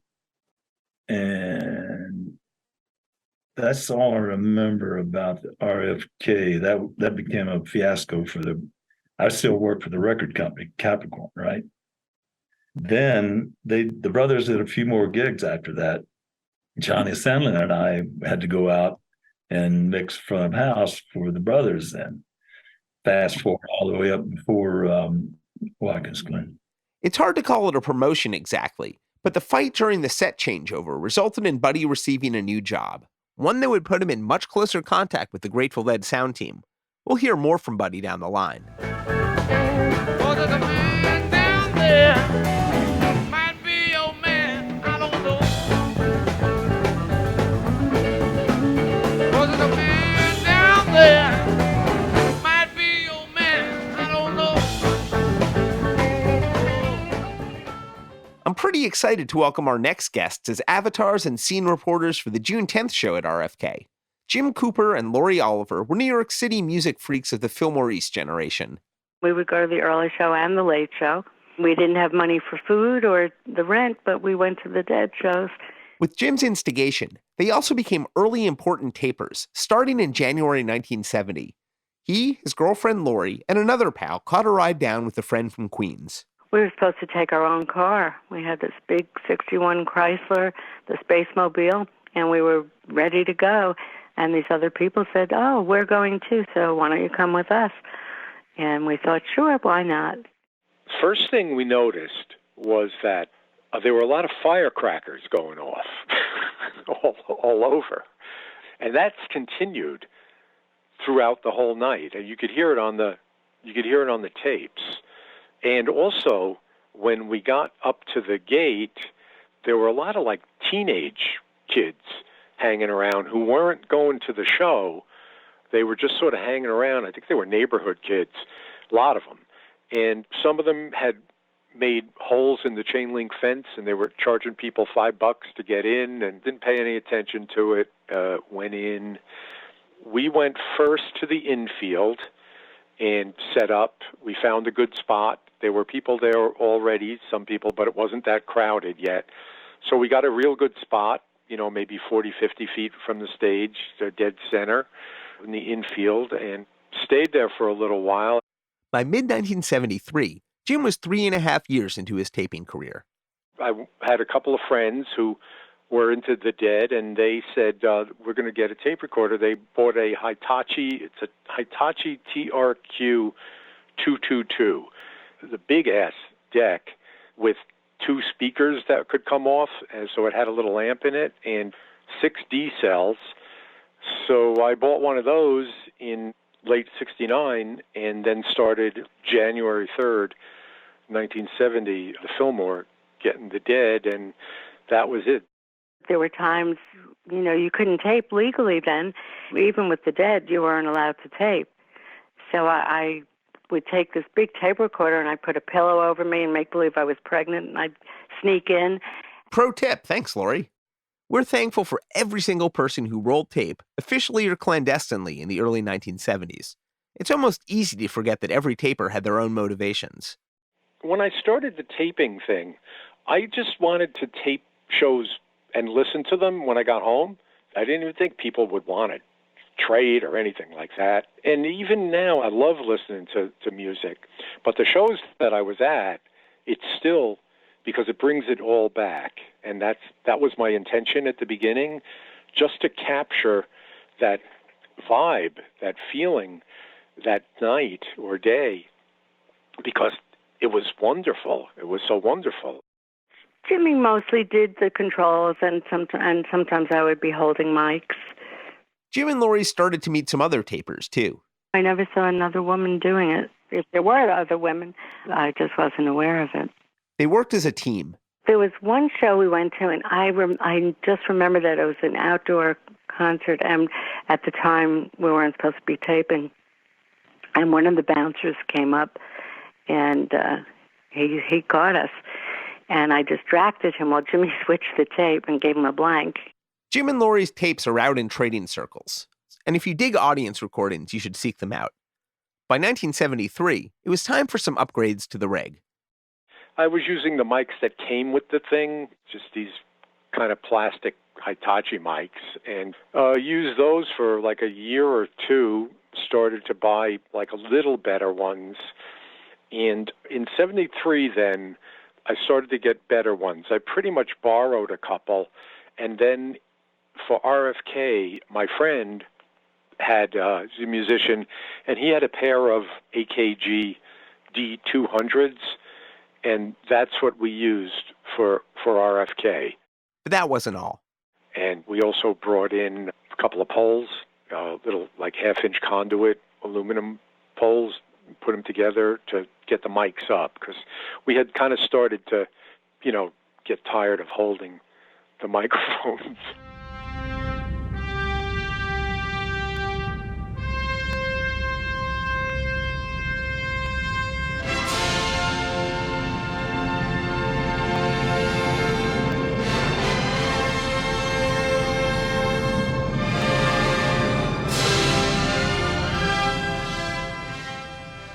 This was kind of a big evolutionary moment for tapers. From what I can tell, it seems like several tapers landed on the idea simultaneously around 1973, after a few years of more painful methods. We didn't really use anything but my arms until then, because those shows were like marathons. They were hours. It's torture. It's a torture fest. I would have to switch arms and stuff. Most of the shows, though, you couldn't even put them up in the air. Laurie figured out how to help get the mic stands in, too. Sometimes I had the mic pole down my pants. I was limping along, pregnant, supposedly. And that's how I got into shows. I would distract them, and they would think, this poor pregnant limping lady. The mic stands in the Grateful Dead taper section are now fairly iconic. But Jim and his buddies had to be slightly more DIY to get the gear in. My friend brought in 2-foot lengths of aluminum conduit, for put wires in, and you could put them together. They had screws in them, so we had those. We brought those. You could poke them in the ground, and that's what we used at RFK. We were at the infield on the, at RFK, and we just stuck them in the dirt. The taping scene was growing, and Jim encountered some others. The Brothers played for a while, too. During the Brothers, now, some guys came over to us. They saw that we had poles and stuff, and they asked us to record the Brothers, and we weren't going to, because the recorder used 6 D cells, and we didn't really have that. We had maybe a spare set, and that was it. And we knew the Dead were going to play a long time, so we didn't do it. But these guys, I don't know who they were, but they were light years ahead of us. It was, I think they had reel-to-reel, and they had a car battery. And and the problem was their car battery died. So, they were out of luck.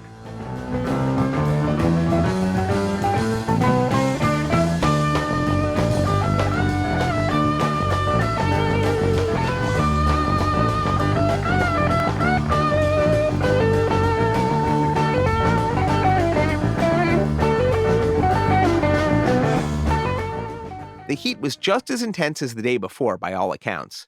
At some point, there was apparently a brief rain shower, and other heads recall the crowd occasionally being misted with a giant fire hose.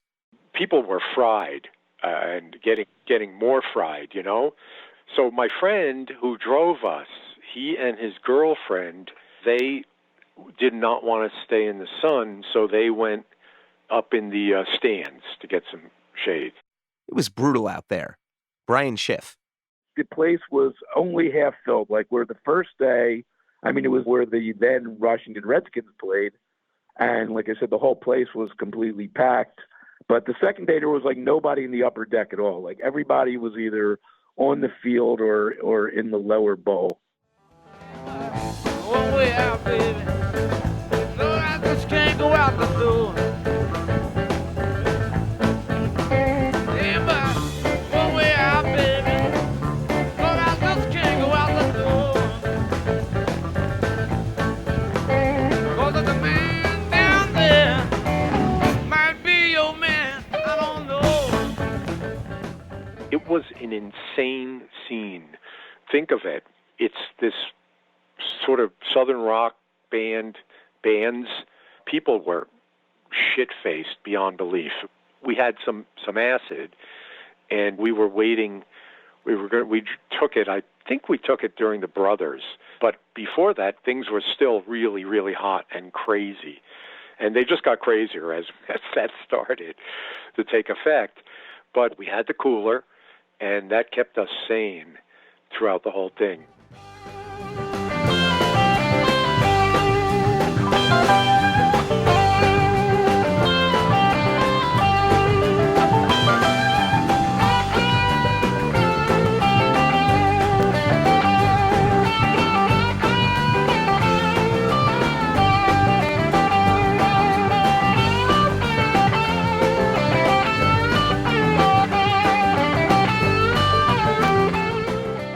The crowd is just wild. We had the cooler, and somewhere along the line, like, people started to, like, you know, want to be our friends and stuff. And we had this big girl suddenly shows up, and she sits on the cooler, and she tells us, "Just let me have some water, and I'll keep everyone out." And she did. She sat on the cooler the whole show and kept people away because, you know, we were kind of distracted with the taping and everything. As the afternoon began to cool, it was time for the Grateful Dead. Jay Kerley. It was so hot, and we were living on apples. We had a couple of huge bags of apples that we were consuming. That was our food for the weekend. That and acid. Breakfast of champions. But the whole crowd was kind of like pie-eyed and, you know, cross-eyed, and we're getting a little toasty. And then the Dead come out and open with Morning Dew. Wow. That woke us up right away. Oh, my gracious.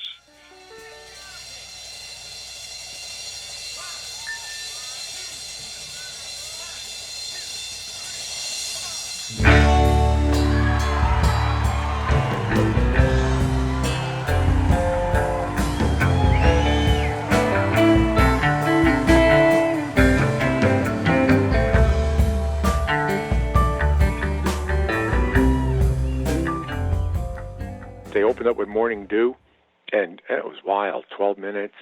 Howie Levine. Sun started to go down. Dead came on with a Morning Dew that was great. If you were there, it just blew you away. It was spectacular. Dead Bass wasn't around yet in 1973. And while there were some obsessive Deadheads for sure, people weren't tracking set lists with any degree of regularity. But a Morning Dew opener was hard to miss. Brian Schiff. My experience up to that point, which may be seeing them, you know, like close to 20 times, like it seemed like every show either started with Bertha or Promised Land. And that show, all of a sudden, the show opened up with Morning Dew. It was like mind-blowing to most of us, like that's what they were playing to open the show with. So I guess we sort of should have known that it was going to be extra special. Walk me out in the morning.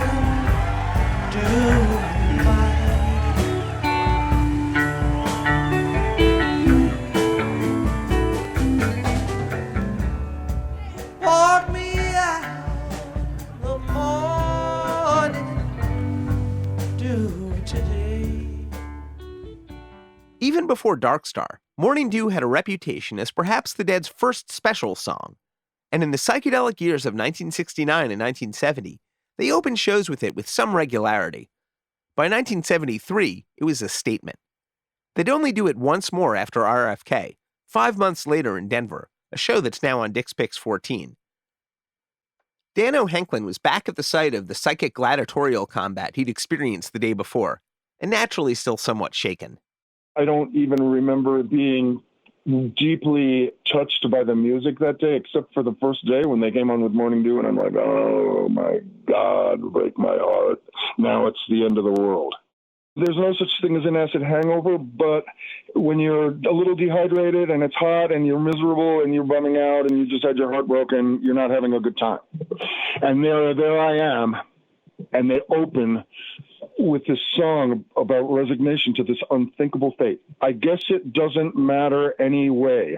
Heartbreaking, healing on a certain level, but still the heartbreaking course of last resort, resignation.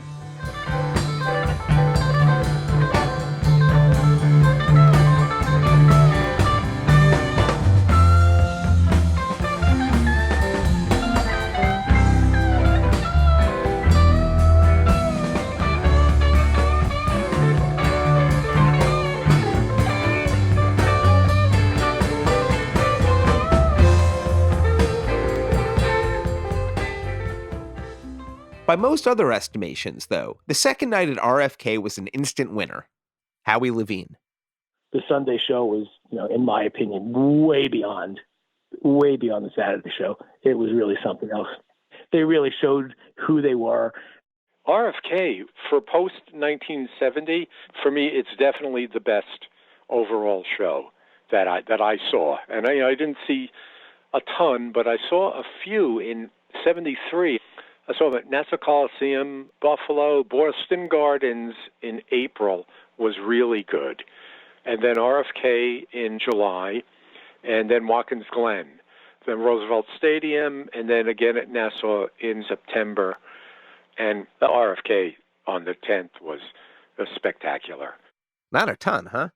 I guess in my mind, it was like showing the Allmans who was really the band that people came for, although it's probably half and half of that crowd. It was just tons of fun. That was a great weekend to basically kick off the summer. Did you say your name was Rambling Rose?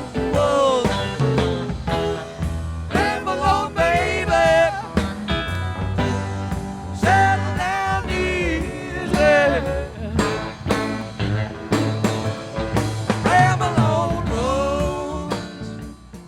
Jay Kerley. I remember quite vividly during Jack's Draw, my friend Buddy, who was one of the 8 people that caravan down for the concert. His name was Buddy, and he was flying and decided to take all his clothes off and was jumping all around.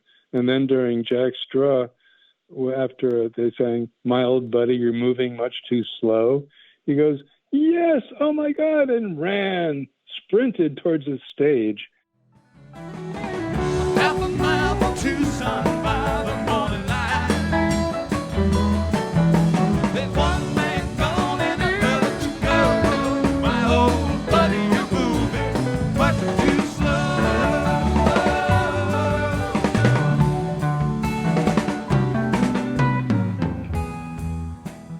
No use chasing. Good luck, buddy. One of the other new songs debuted in February makes its only appearance of the spring on the second night at RFK.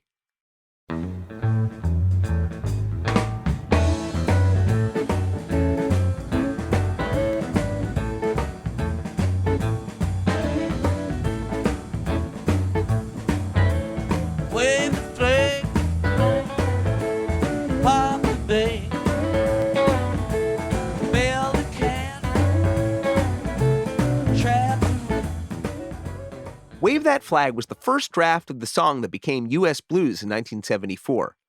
But if the version performed in February was Wave That Flag 1.0, it would take some serious tracking to figure out the version Garcia and Hunter had landed on by June, with lots of little bits of doggerel coming in and out of the lyrics over the different versions, perhaps mixed and matched on the fly by Garcia.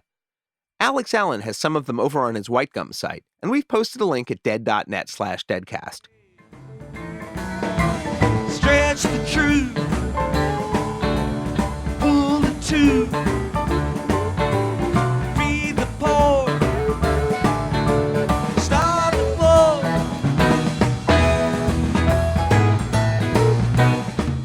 The version at RFK was the final Wave That Flag. When the song returned in early '74, it had the same basic groove and chorus, with tightened lyric and flow. But those are details for another day. There was also a topical song in the first set on the 10th. It's a song of our times.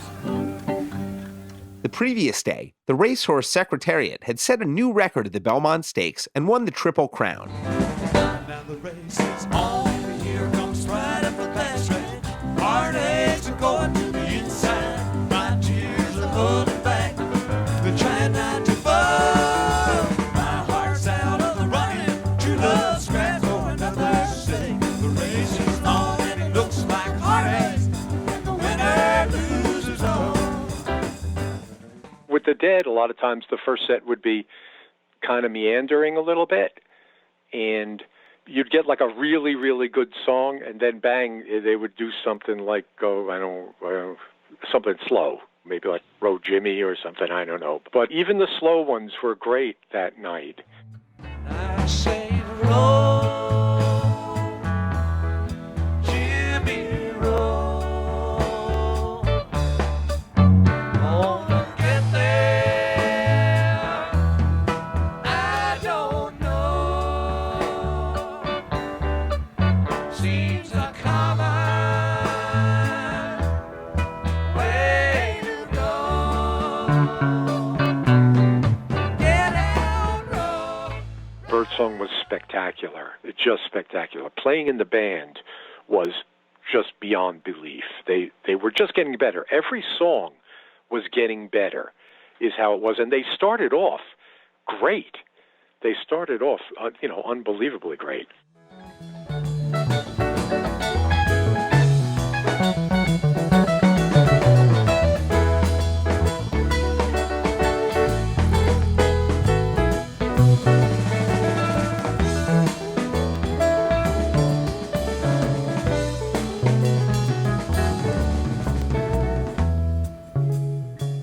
Every Bird song from 1972 and 1973 contains special moments, a mode of improvisation that sounds both utterly joyful and life-giving, but also yearning and even sad, depending on your ears.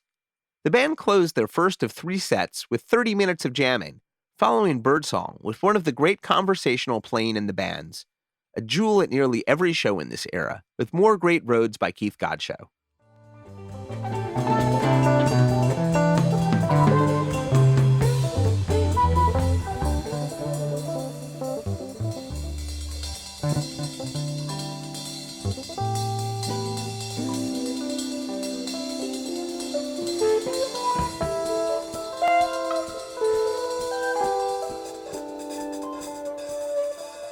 Brian Schiff. They just really wanted to play because the first set was phenomenal. And then, there was a break and it got dark and they started. And the second set, which also was an anomaly, was they started it with Eyes of the World. And just every song was phenomenal, played at its as good as it could have been played. Wake up to find out that you are the eyes of the world. Heart has no features, its whole land and thoughts of its own. Wake now, discover that you are the song that the morning brings. Heart has its reasons, its evenings, its songs of its own. I remembered the phrase "Eyes of the World," and that was in the 7 jam. That was extremely unusual. It just knocked everybody out. The whole 7 jam really just grabbed me by the collar and shook me around for a while. Tonight, the jam in 7 landed in yet another unreleased song. Garcia sings Stella Blue with a slightly different approach to the melody on this show, and I can't tell if it's an intentional reinvention or just because he can't hear himself. He gets it so well by the second verse that maybe intentional? All the odds are down.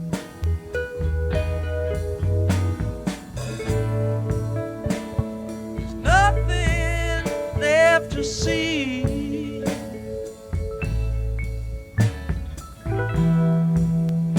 There's just the pavement left and broken dreams. Jim Cooper came away with a pretty special audience recording of the show. When you hear that song,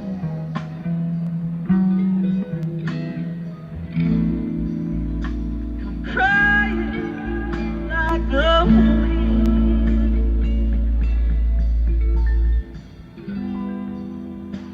It seems like all this time was just a dream. The thing about the Stella Blue and the place was that on our tape, you can hear the echo when Jerry sang Stella Blue. It echoed, and the timing of the echo was perfect. Just so, like ethereal, you got shivers when it happened every time.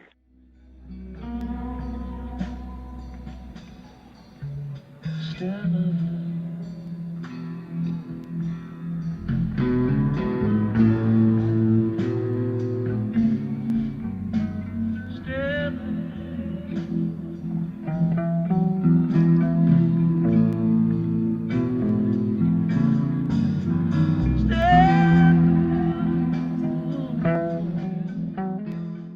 Stella Blue is something that I'll never forget because it really was, it was magical, and there were fireworks going off, and the Stella Blue just was filling the air and echoing, and it was something like I've never heard before or since. It was very special. The tape that Jim made of RFK is one with a special quality all its own, worth seeking out wherever you get your audience tapes. Everything lightly drenched in the stadium's perfectly timed echo. But then, We are gonna tune up real good for this next one. and for the only time in the 5 shows on the new box set,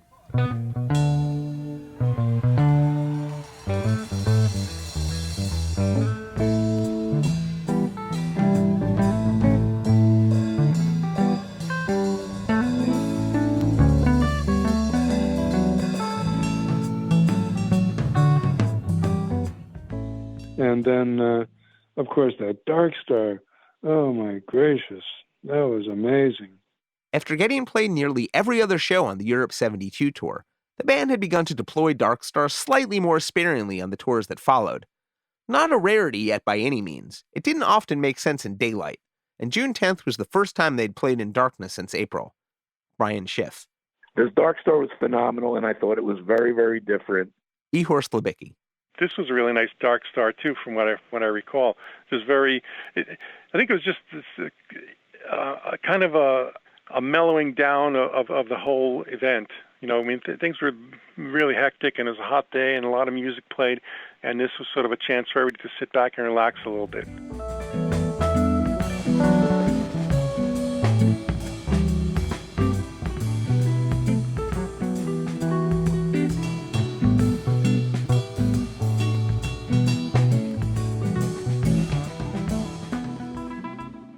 That Dark Star. Oh, man, you've heard that, right? Oh, fuck. The Phil, man, the whole night it was Jerry and Phil kind of trading off each other. And that's when they were really good. When, one would play a little note, a couple of lines of something, and Jerry would pick up on it. Jerry would play a couple of lines, and Phil would, start bombing away.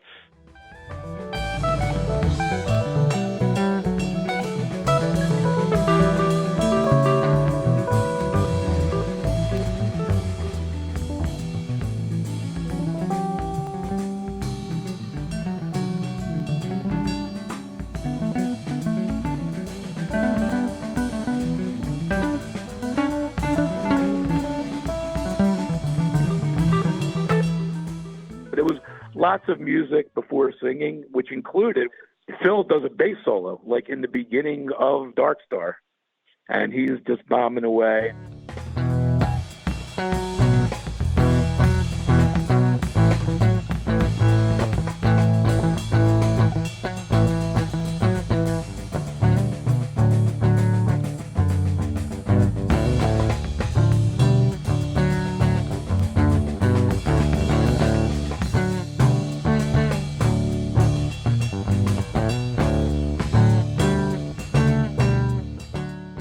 On the bass, Phil Lesh. He wrote this. Some deadologists might label that as the Philo stomp, the thromping motif Lesh occasionally used in bass interludes in that era. After the verse, there's all kinds of great moments featuring Keith Godshow's sometimes nearly ambient Rhodes.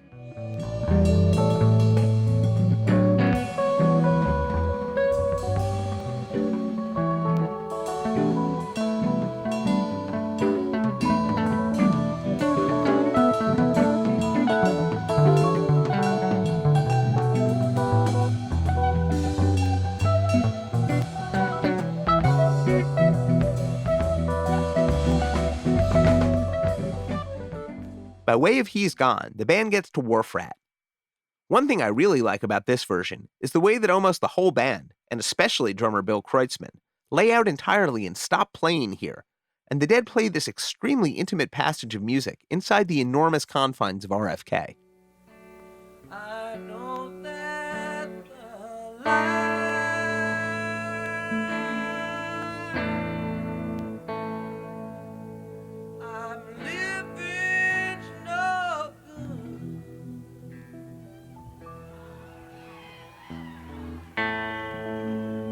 I'll get a blue star.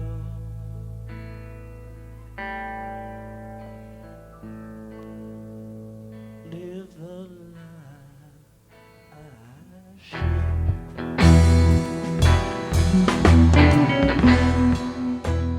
And then after that, they explode the virtual confetti guns and probably a few more celebratory rounds of fireworks and firecrackers if you seek the audience tapes.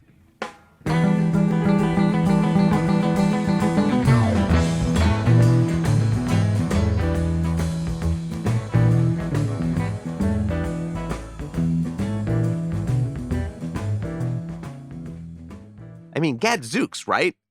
Pretty sure I'd be high-fiving and hugging everybody in sight after that set, so I can totally sympathize with the way the rest of Jim's night unfolded from here. After the second set, when they decided they were going to come out and do like a little jam with some of the brothers, my friend and his girlfriend came down and said that she had to take a test in the morning and they had to leave. And we were like, what? Yeah, we were, they did, I was like, what? And, I tried to talk at that point. I couldn't believe it. Laurie wasn't having it either. They said, oh, we're going to go. And I'm like, I'm not going anywhere. No way.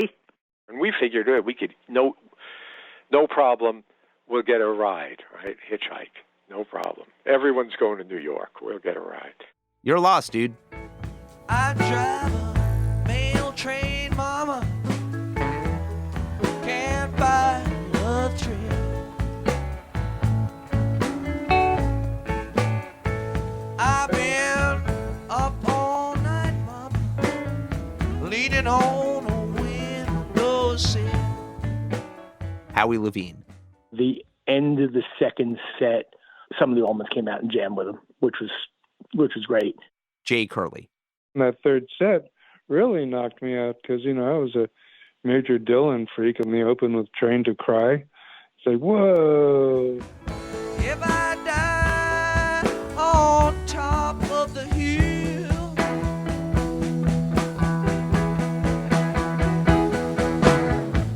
if I don't make it, oh my baby will.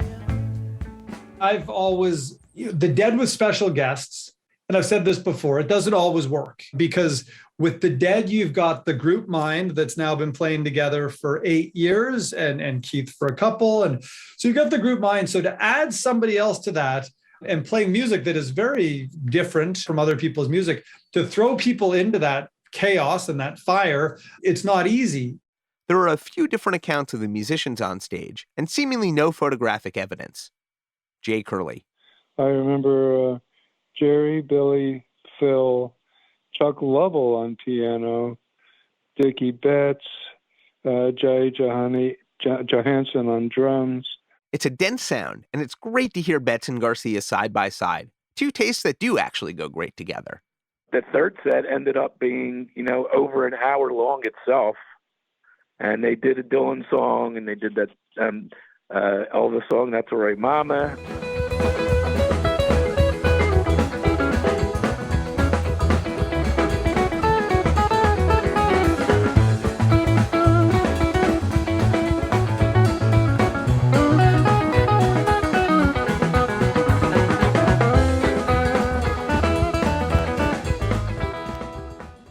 Betts drew from a very similar well of bluegrass and folk influence as Garcia, not to mention being influenced significantly by Garcia himself, and hearing them side by side is pretty wonderful. And not only two guitars, but two keyboards, with piano and Rhodes playing against each other throughout. Ihor. Especially at RFK, that worked out well. I think that they picked the right songs to jam on as well. Bob Dylan's It Takes a Lot to Laugh, It Takes a Train to Cry was a staple in Garcia's repertoire with Merl Saunders, as was Arthur Big Boy Crudup's That's All Right Mama, and both would be on the Garcia-Saunders album out later that year. Train to Cry would return to the Dead's repertoire briefly in the 90s. There's some dispute about whether Merl Saunders himself was present at this jam. He's listed in Dead Bass as being there, but there's no audible organ to my ears. I don't remember Merl, but he might have gotten lost in the mix. I don't know. But just because there's no organ in the mix doesn't mean Merl wasn't there. There are a lot of places where I hear one person playing piano and one person playing Rhodes, and can't tell if it's Keith or Chuck Leavell or maybe even Merl. Or maybe Merl was playing organ, and Bear didn't have a chance to root it through his submix. Brian Schiff. I think he was there for sure. I remember him being on that stage. And again, let's remember, it's 50 years ago. But yeah, that was the three who joined were Butch Trucks and Dickie Betts and Merl. When we spoke with Merl Saunders Jr. for our Garcia 73 episode, this gig came up as part of the family memory, though Merl Jr. himself wasn't there. I remember he was on the East Coast and wound up playing a gig with them somewhere or set in with them, and like the Allman Brothers were playing. It was somewhere on the East Coast in the early 70s. It was a big show. Sounds familiar. David Lemieux. Special guests don't always work with the Dead because the Dead are who they are. I feel that this second set, third set, Super Jam, is some of the most inspired Grateful Dead music I've ever heard. And it reminds me a lot, well, it's some of the same musicians, of 211-70, going back to Bear's Choice from the Fillmore East run, where it just worked incredibly well. I think the Dead and the Allmans had a kinship, and they played music in a very similar way, which is to say they let the music guide them as opposed to rehearsing a piece tremendously and it had to be this certain way. Well, you know what? If you got to add 12 more bars to your solo, take it. I mean, that's cool with me. So I just found that this is one of those cases.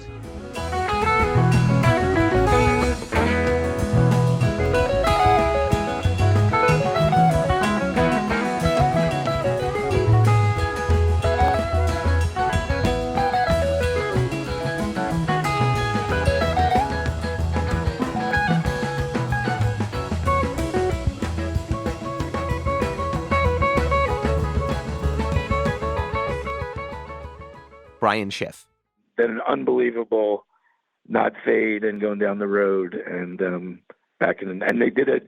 And I was thinking this Billy and Butch Trucks did a drum solo. Like they had played almost 6 hours and these guys were still playing drum solos. Like it was unbelievable to me.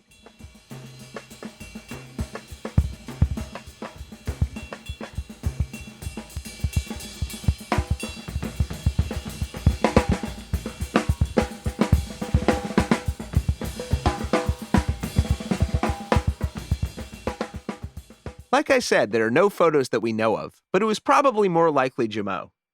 Allan Paul. Jamo also told me, and I believe this is in the book, that there were only 3 drummers that he ever enjoyed playing with, which is Butch Trucks, Bill Kreutzmann and Buddy Miles. So, and his explanation for that was, quote, because they listen. And if you do that, it doesn't really matter if there are 13 guitars, 15 basses, 20 sets of drums. I always love playing with Bill. And Bill has nothing but great things to say about J-Mo. So there was a certain kinship there.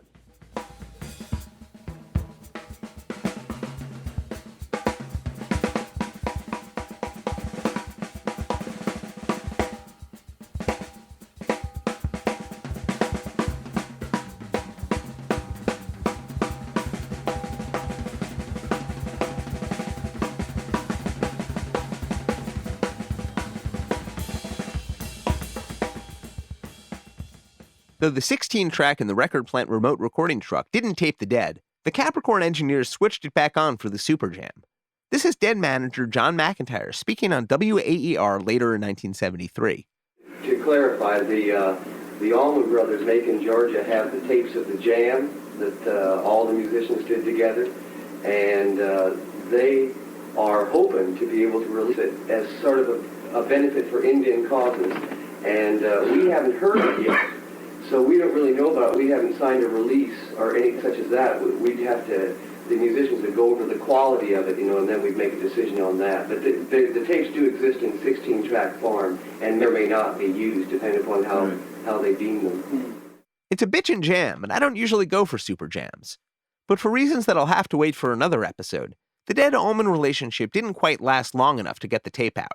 In the 90s, the two camps reconnected via their tape-loving archivist Dick Latvala and on the Allmans side, Kirk West.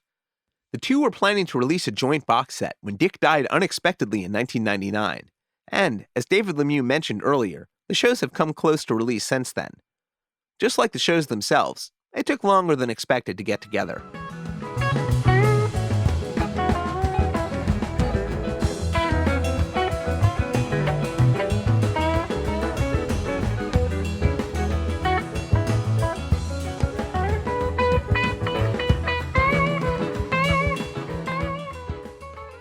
Remember Jay Kerley's naked buddy, Buddy? And I never saw him again till after the concert, where somehow he had snagged a pair of shorts and was standing around just looking completely blissed out. As I recall, we ate yet more acid, got in the car, and drove back to Connecticut. They escaped easily. By some accounts, the vibrations were a bit bad outside RFK on the second day of the long, hot weekend. If you're triggered by content warnings, I suggest you skip forward 30 seconds or so. Cool. So a brief content warning. There's a story involving sexual assault. You can skip forward a minute if you don't want to hear it. Back to the very intense weekend of Dano Henklein. And here's the final capper to this tragic but transforming event. As we were leaving and walking out of the RFK Stadium, our group of friends that had begun to separate the second day were gathering back together to go to the parking lot, and one of the women that was with was raped in the shadows of RFK Stadium under some bushes. She was raped at either knife point or gunpoint. And then she joined us in the parking lot and looked at us and said, "I was just raped." And yeah, that's just truly awful. A reminder that some terrible things happen on the periphery of Dead shows. Not nearly on that magnitude, but Jim and Laurie and crew had a fairly rough time. We leave, we had our stuff, we're like so confident that we're going to get a ride. And so we're out there hitching, we had a sign, NYC, and we couldn't get a ride. No one picked us up, no one stopped. We were there for an hour, a little more. The parking lot was getting empty, starting to get a little weird because it's getting late, and there were still people roaming around who weren't people who went to the concerts. There were still like a lot of teenagers kind of hanging around. And so we started to go to cars that were still around. We had a sign saying New York, and car after car passed us, and it was quite the shocker that nobody picked us up. And then the parking lot was empty except for one van, and I went over to them, and they said, "Yeah, we're going to New York, but we're going to crash for a while." We found a little spot with some grass right next to the parking lot, and, put our stuff down, and we couldn't wait to hear that one tape, with that we weren't sure exactly which tape it was, but we knew that it was the good one, the one with Eyes of the World and Stella Blue. And so we found it, and we started listening to it.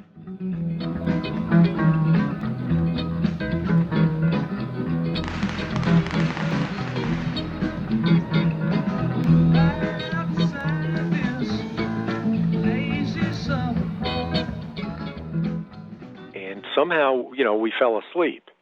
And we woke up, fell asleep listening to the tape. We woke up because we heard some commotion, and it was the people in the van, and they were getting ready to go.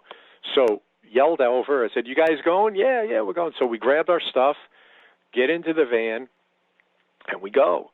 In the back of the van, put the stuff down, and we kind of crashed out a little bit. It's about I think it was a 4 or 5 hour ride back.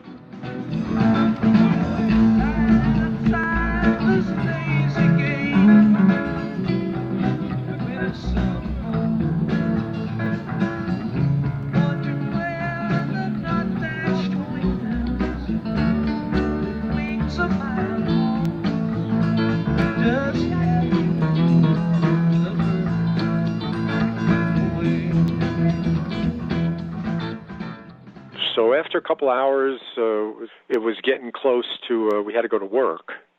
So I looked for my wallet to get my work number, and I couldn't find my wallet.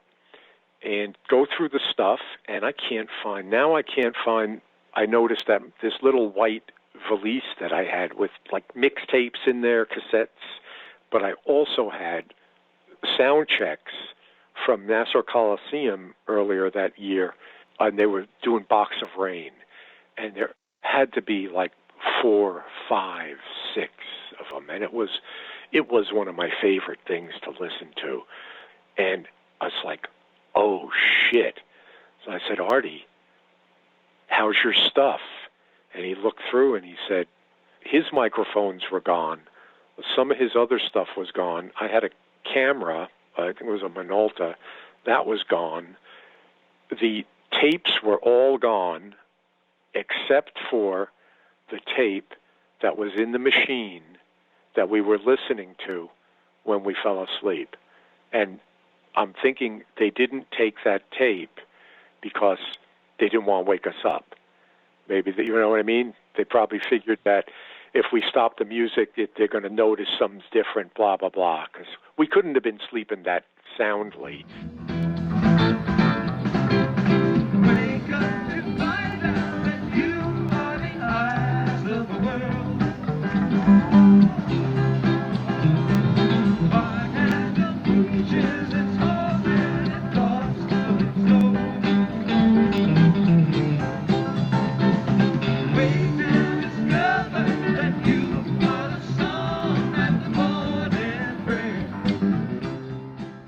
You know, and 50 years later, I could be philosophical, but boy, oh boy, I'll tell you, we were really messed up.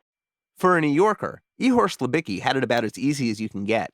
I ended up going back with my friends to their house and stayed over there again, thanks to their sister. And then they drove back the next day to Newark, dropped me off at the PATH station, and I took the PATH into New York. I got on a subway and into Queens, and that was it. I know that feeling, when your traveling crew dwindles to a gang of one.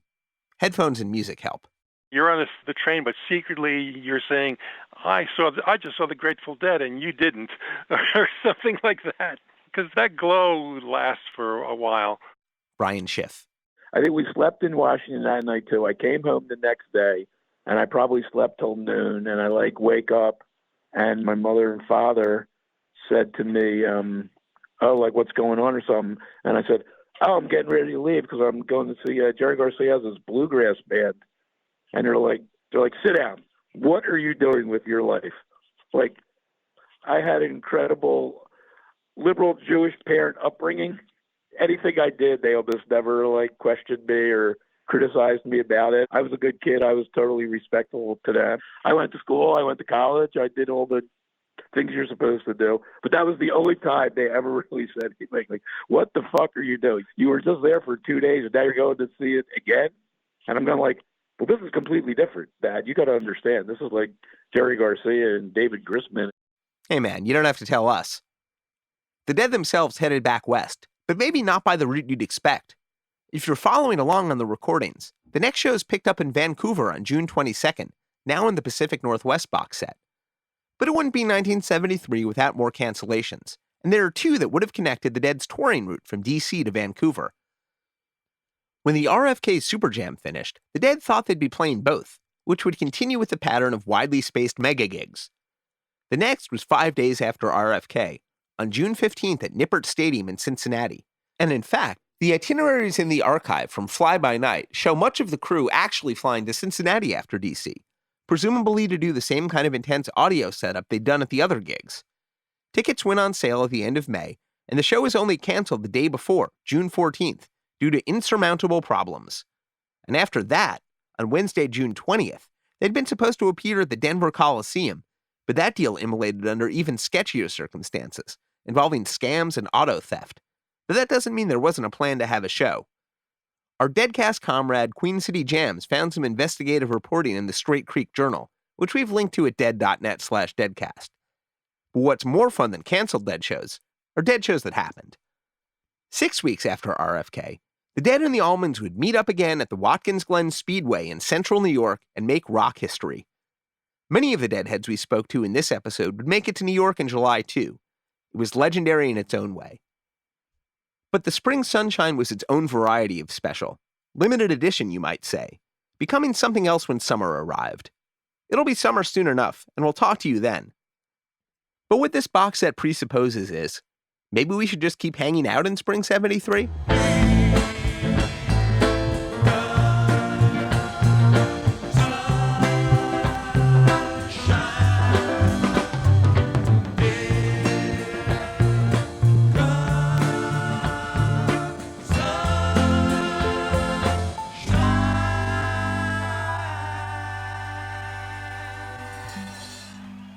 Thanks very much for tuning in to the good old Grateful Deadcast and hanging with us through Season 7. We'd like to thank our guests in this episode, Bunky Odom, Buddy Thornton, Ron Wickersham, Alan Trist, Ben Holler, Peter Rowan, Richard Loren, Alan Arkush, Merl Saunders Jr., Steve White, Jim Cooper, Laurie Oliver, Dan Henklein, Howie Levine, Ihor Slabicky, Jay Kerley, Brian Schiff, David Lemieux, and Alan Paul. Extra special thanks to our friend David Gans for contributing audio from his interview archive. Thanks very much for tuning in. Don't forget to like, subscribe, and share an episode on your social media, and give us your 1973 tour stories by recording yours over at stories.dead.net. Executive producers for the good old Grateful Deadcast, Mark Pincus and Doran Tyson. Produced for Rhino Entertainment by Rich Mahan Productions and Jesse Jarno. Special thanks to David Lemieux. All rights reserved.